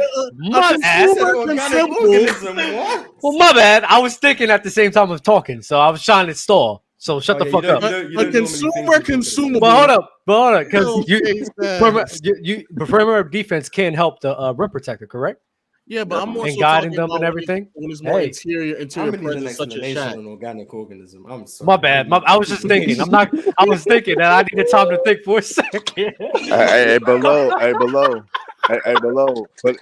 But despite but how Tim Duncan was making it hard on Shaq when Shaq did struggle, the guy that picked him up and the Lakers ended up prevailing is because of the play and clutchness of Kobe Bryant against the Spurs. When it comes to the Spurs, for some reason, Kobe Bryant always shows up for the most part. Yeah, where was Bruce Bowen's lockdown defense? Yeah, facts. I mean, because Kobe got to defend both Shaq and Kobe. Duncan got to defend both of them. If Bruce Bowen was as impactful as Dub is trying to make him out to be, then that wouldn't nobody's saying that. Problem. Well, see, this is what Legend of Losing's doing. Right? I didn't say. Oh, it's just Bruce Bowen. Or he was this crazy impactful. All I'm saying is he had help from Greg. He had help from Bruce Bowen. He had help from Steven Jackson. He had help from David Robinson. Where that all helps. Now you're throwing names. That contributes. Wait. That contributes. Your perimeter defenders funneling guys to you. That contributes to your rim protection and you looking better than that. So it helps. It helps. Hey, right? Bruce Bowen did make it tough for LeBron James. He couldn't stop Kobe, but he made it difficult for LeBron James. Yeah, but LeBron is. I mean, come on. At that stage in his career, LeBron's just not that. Yeah, LeBron, that's not moving me. Yeah, that's not moving. Wait, Lo, I have a genuine question. I actually have two questions. One, who played? Are they both genuine? They're both genuine questions. I'm not really trying to trap you. Who do you think played better in the finals? Shaq in 04 or Tim Duncan in 05? Oh, Shaq in 04. And is that because Tim Duncan's offense wasn't that good? Or yeah, I mean he was going against Tom McCullough in the New Jersey Nets. No, Shaq in 04 was against the Pistons. It was against the same team. Oh, it was against the Pit. Oh, okay. I think the reason why Shaq, because the value of Duncan is primarily defense, and it's not like you have to like defensively have that much value. Yeah, they were going against a bad offensive team, whereas Shaq against that same team offensively him being able to still like be a dominant presence against that historically great defensive unit is just insurmountably more valuable than what Duncan was doing. And the second question, and this, I know your mind can change, Robert, but when you were growing up in the 2000s, did you ever think Duncan was better than Kobe at that time? Is that, or have you changed your mind? At this time, I wasn't comprehending basketball at this level. Yeah, that's right. So just back then, as you was a casual just watching basketball, did you think Kobe was better than Duncan? I don't think I was comprehending basketball in this manner though. Like the answer, like, like I wasn't the best player in the world or nothing. Yeah, I wasn't. I mean, because at this time I was probably like what 8, 9, 10, like around that time. Like I wasn't really like breaking down basketball to that extent. And plus, growing up in the South, it's definitely more football. So I was watching a lot more football at that time. Like I was watching the Michael Vick and them and stuff like that, and a lot more like Eagles, McNabb, and T.O. Like that's what I was watching more at that stage of my life. But as I've grown, I didn't really get into basketball and like having to like comprehend and contextualize it until like 07 and 08, like around that time. I just don't know how Tim Duncan's better than Kobe, man. Yo, like no way. Because in 2000, very close, when Tim Duncan was hurt, they not lost like to it's the off. Phoenix Suns, dog. Exactly, That's why. Dub. Why don't you get that, This Dub? man Kobe went through a whole rebuilding phase. Yeah, And Tim after Duncan, that rebuilding phase was Tim done. Duncan would just make teams make the playoffs because he's that good. Hey, Exactly. Dub, I'm gonna ask you this, Dub. Dub, I'm gonna ask you this. His core I'm gonna stayed ask you together. this, Dub. How What's up? Kobe, what is Kobe Bryant record against the Spurs, and how his numbers fare against the Spurs every time he faced them in the playoffs? He faced them Okay, quite so a Kobe lost to the Spurs He in like 3-2. 1999. Kobe lost He's to like the 3-2 Spurs against them. in 03. I think It's that's the only 3-2. two times they. It's only 3-2. times Yeah, that 3-2. Kobe lost. 3-2. And then 01, he won. They beat 01, 02, and 08. Those are the 3 Yeah. times he won. There's 3 times. Close, man. So Kobe's winning the head-to-head matchup. Damn. That's too late. If that's how you speak basketball, Dub, I guess. Hey, I mean he did. It's Hey, very wait, rudimentary. after the didn't he beat? Wait, you said so after they won the finals, Kobe beat him in 5. Shit, fuck Okay. out of here. Kobe was cooking that series as well. I mean, He Kobe was cooking drop coverage. Yeah, he was cooking Duncan, bro. It was ridiculous. Tell Tim to play the level. Word, Hey, man. tell him to step the fuck up. Definitely wasn't gonna step up that high, boy. Hey, but Kobe always cooks the Spurs, though. He always cooks the Spurs. I mean, yeah. Again, I don't think it's Tim Duncan's responsibility to lock up Kobe. Like, I don't know. Like, I don't know that. That's not. Like he's leading these all-time great defenses. that Yeah, should be Dub, scoring. you see how you say Steve Nash is a D'Antoni merchant? Would you make offensively? Would you make the same argument for Tim Duncan defensively with Greg Popovich? I think he does that benefit from Greg 100%. But is he a merchant Would though? you call him a merchant? A merchant is pretty. And then low. If I'm not, I don't think that he's a Mike D'Antoni merchant. I just take what he's done with Mike D'Antoni under like serious like limelight. Like I don't think like so the way that you hold him Tim Duncan. hold him do to the same with Tim Duncan. Hey, but Mars, Low, and Dub, and to be honest, if I'm not mistaken, Kobe Bryant is 4-2 against the Spurs in the playoffs. Which year are we forgetting? Wait, say it again. Who's 4-2 against the Spurs? Kobe. How's he 4-2? Which year are we? 99, the Spurs won. I think the Lakers beat the Spurs 2001 was the in Lakers. 04. 02 I was think the the Lakers Lakers. beat the Spurs in 04. Oh, they did. Derek Fisher. Yep. Oh shit. Yeah. How we forget that one? Jesus. Yeah, I don't know how we forgot about that one. Yeah, What do you know? Yeah, we're tripping. Yeah, 4-2. Yeah, thanks. 4-2. Yeah. What do you know? So we forget that Dub, you series? gotta take it home from here, Dub. You gotta take it home from here, Dub. they're 4-2. Come on, Dub. Come on, Dub. Yeah, y'all cooked. What else do we have to say? They're cooked. They're cooked. It's just My bad. Lowe's cooked. The legend of losing. What do we expect? What do we expect from him? What did Kobe? What did Kobe average in 99? Oh man, what that mean? What, in that series? No, don't do this because you included that loss for Kobe. You included that loss when it was benefiting your argument. Now it's not. Now you don't want to include it. Get the fuck out. We always counted 99. 99 was always counted. And then low, how y'all talked about how the Dub is just chatting right now. How y'all talk about LeBron was the 07 because he was young. Lakers that year? Kobe Bryant was a kid too going against the Spurs. Y'all forget about that, and he still had high level performances against the Spurs as a kid. A kid that was under 21. He was under 21 years old, having big performances against the Spurs. No, when that 48, 99. 99 wasn't a big performance though. What? Yeah, I'm talking about even throughout the year 2000. You keep forgetting Kobe won. 2000 they didn't play. They didn't play. He won 3 rings before he was 22. You keep forgetting that he came. Oh, we're not just talking about against the Spurs now. Okay. I want to say because in 2000 people underrate 2000 Kobe a lot, and that's something I'm starting to dislike. Definitely. Because he averaged like 15 in the finals. People are starting to underrate. He was a kid too, but he had success against the Spurs as a kid. LeBron struggled as a kid. See, people don't like to bring that up. How we get to LeBron? I don't know. This is where it's gonna get nasty because one player's playing. I'm not even a Kobe fan though. One is playing with Shaq and the other one's playing with Ilgauskas. It's like, let's but let's be honest. Let's be honest. LeBron also played with Shaq. LeBron also played. But look though, and let's be real. No, you hear Mars. Let's be real. But let's be real. And Dub, be very careful. Be very careful what you about to agree with. No, I'm not agreeing with that. But no, let's be real. A young LeBron playing with Shaq, I don't think they dominate the way that Kobe and Shaq did. Mainly because, especially with LeBron's inefficiencies from shooting the ball, bro, they would just shrink the floor on them consistently, bro. What if he was playing with Dirk and Rashard Lewis? What the fuck? The 4 and the 5. The 4 and the 5 is Dirk and Rashard Lewis. What I'm saying is the floor. See how LeBron just needs super teams to win, like crazy. That's a super team now. Rashard and Dirk and LeBron. What the fuck? I'm saying he doesn't get Shaq. I'm saying he gets floor spacing at the 4 and 5. Which Rashard Lewis and Dirk. LeBron can't win without a super What's crazier? What's getting crazier? Getting Shaq or Dirk? Which one is crazier? He just had one player, not two.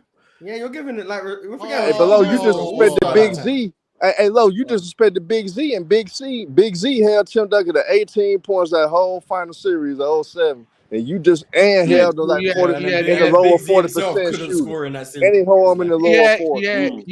He had two bad games, and they were also double and triple teaming on Duncan every single time he touched the ball. That's what happened in that series. Big Z played solid defense on Tim Duncan. No, I think the collective played great defense on him. Wait, look, how many finals MVPs do you think Tim Duncan should have? I'm not mad at Tony Parker getting that. I just know for a fact that Duncan was more impactful. That's a series that I want to go back and just count how many, like, what were the Cavs like? What did they shoot at the basket in that series? I really want to figure out what they shot at the basket. Because I think Tim Duncan deserved those 7, but I still think Manager Wemby deserved their 5. So. No, I'm Tony Parker was unstoppable though. He got what he wanted against the Cavaliers. He got what he wanted because again, the focus was on Duncan. That's why he got anything he wanted. He was beating people in isolation as well. So. Yeah, I don't really think that's moving you as much as you want. Nah, but why just want to put your young bull on? You had a 22-year-old kid, 6'8", the fastest guy on the court. Why he couldn't get on Tony Parker? He wasn't helping on Tim Duncan. He wasn't helping out on Tim Duncan. Who? So LeBron wasn't helping off of Tim Duncan? Not a lot. I mean, we might need to look at the film. You need to do a video to break down that whole series game by game. I want to figure out what did they shoot at the rim. I don't know. Are you saying there is a way, Mars? I don't think there's a way. If there is a way, it's probably behind a paywall, and I'm not about to look for that. But there's probably some statisticians somewhere who can find rim defensive field goal percentage from the 07 finals. Probably. Yeah, I'm texting him with being with Greg, man. Hey, Wave, you talk about my basketball shoes to get snatched. But Kobe can play with Phil. I used to do the snatching, Phil Jackson Wave. and I used to do the snatching, Wave. I was the one taking the shoes, Wave. What you talking about? He gets to play with Phil Jackson and Shaq, but hey, Phil Jackson is a player, a good player merchant. So what the fuck we talking about? Oh, so he's a player merchant. Wait, but Dub, not do you Popovich. think Kobe benefited from the triangle or it held him back? The things he could have done with Mike D'Antoni. No, he had Mike D'Antoni, and he was willing up to the playoffs, dropping like 27 and 6. I saw Steve Nash do more with Mike D'Antoni. I'm not going to lie. I saw Steve Nash do more with Mike D'Antoni. At what year was he in, Mars? They were like the same age. Exactly, they were the same age. Steve Nash was just an old man. He was like 32, 33 with D'Antoni. No. Kobe was like 33. Kobe was 34. Oh, fuck out of here! Fuck out of here! And he dropped. And despite him not liking Mike D'Antoni, he still was dropping 27 and 6, willing a team that was getting hobbled by injuries. Fuck out of here! Paul Gasol got hurt. Nash was getting hurt. The hell we talking about? That's my fucking GOAT. That's my king. And when Stoudemire got hurt, missed the entire season. But they were ahead of the league. They was ahead of his time. It was ahead of his time. Isn't Kobe ahead of the league? No, you have a video. Now we're doing is point out. You have a video in depth talking about how the Phoenix Suns were cheating. They were cheating, Lo. They were ahead of their time, and they built a team ahead of its time. Legend of losing. And these aren't my words, chat. These are his. These are his. These are his words. And plus, Robert Orr took that cheap shot on Steve Nash, man. He took that cheap shot on him. Nastiness. I'm gonna figure it out because I'm pretty sure Duncan had to have been holding them like to some like crazy level of like efficiency at the rim. I really want to. Hey, Lo, and you realize after that finals of 07, you know Tim Duncan was getting killed by these power forwards after that year. Mark Stoudemire killed him in the series. Zach Randolph punked him out in the series. He was hurt though in that series. Hey, when you on the court, it's fair game. When you're on the court, it's fair game, man. He was hurt in those series, and also after like I want to say after like 04 or 05, he was never the same player because he had knee issues moving forward throughout the remainder of his career. Yeah, you gotta delete that video, bro. No, that so crazy. A lot of stuff in that video is still true though. It's all true. It's nasty. It's nasty work that they had that much of an advantage, man. It's pretty. Yeah, I do agree with that. That's pretty nasty work right there, man. That's pretty nasty. Listen, we hit our time mark already, bro. But salute to you guys, bro. Like the video, subscribe, and we're gonna see y'all next time, bro. Peace. Having that type of peace, salute to y'all. Salute. 100K.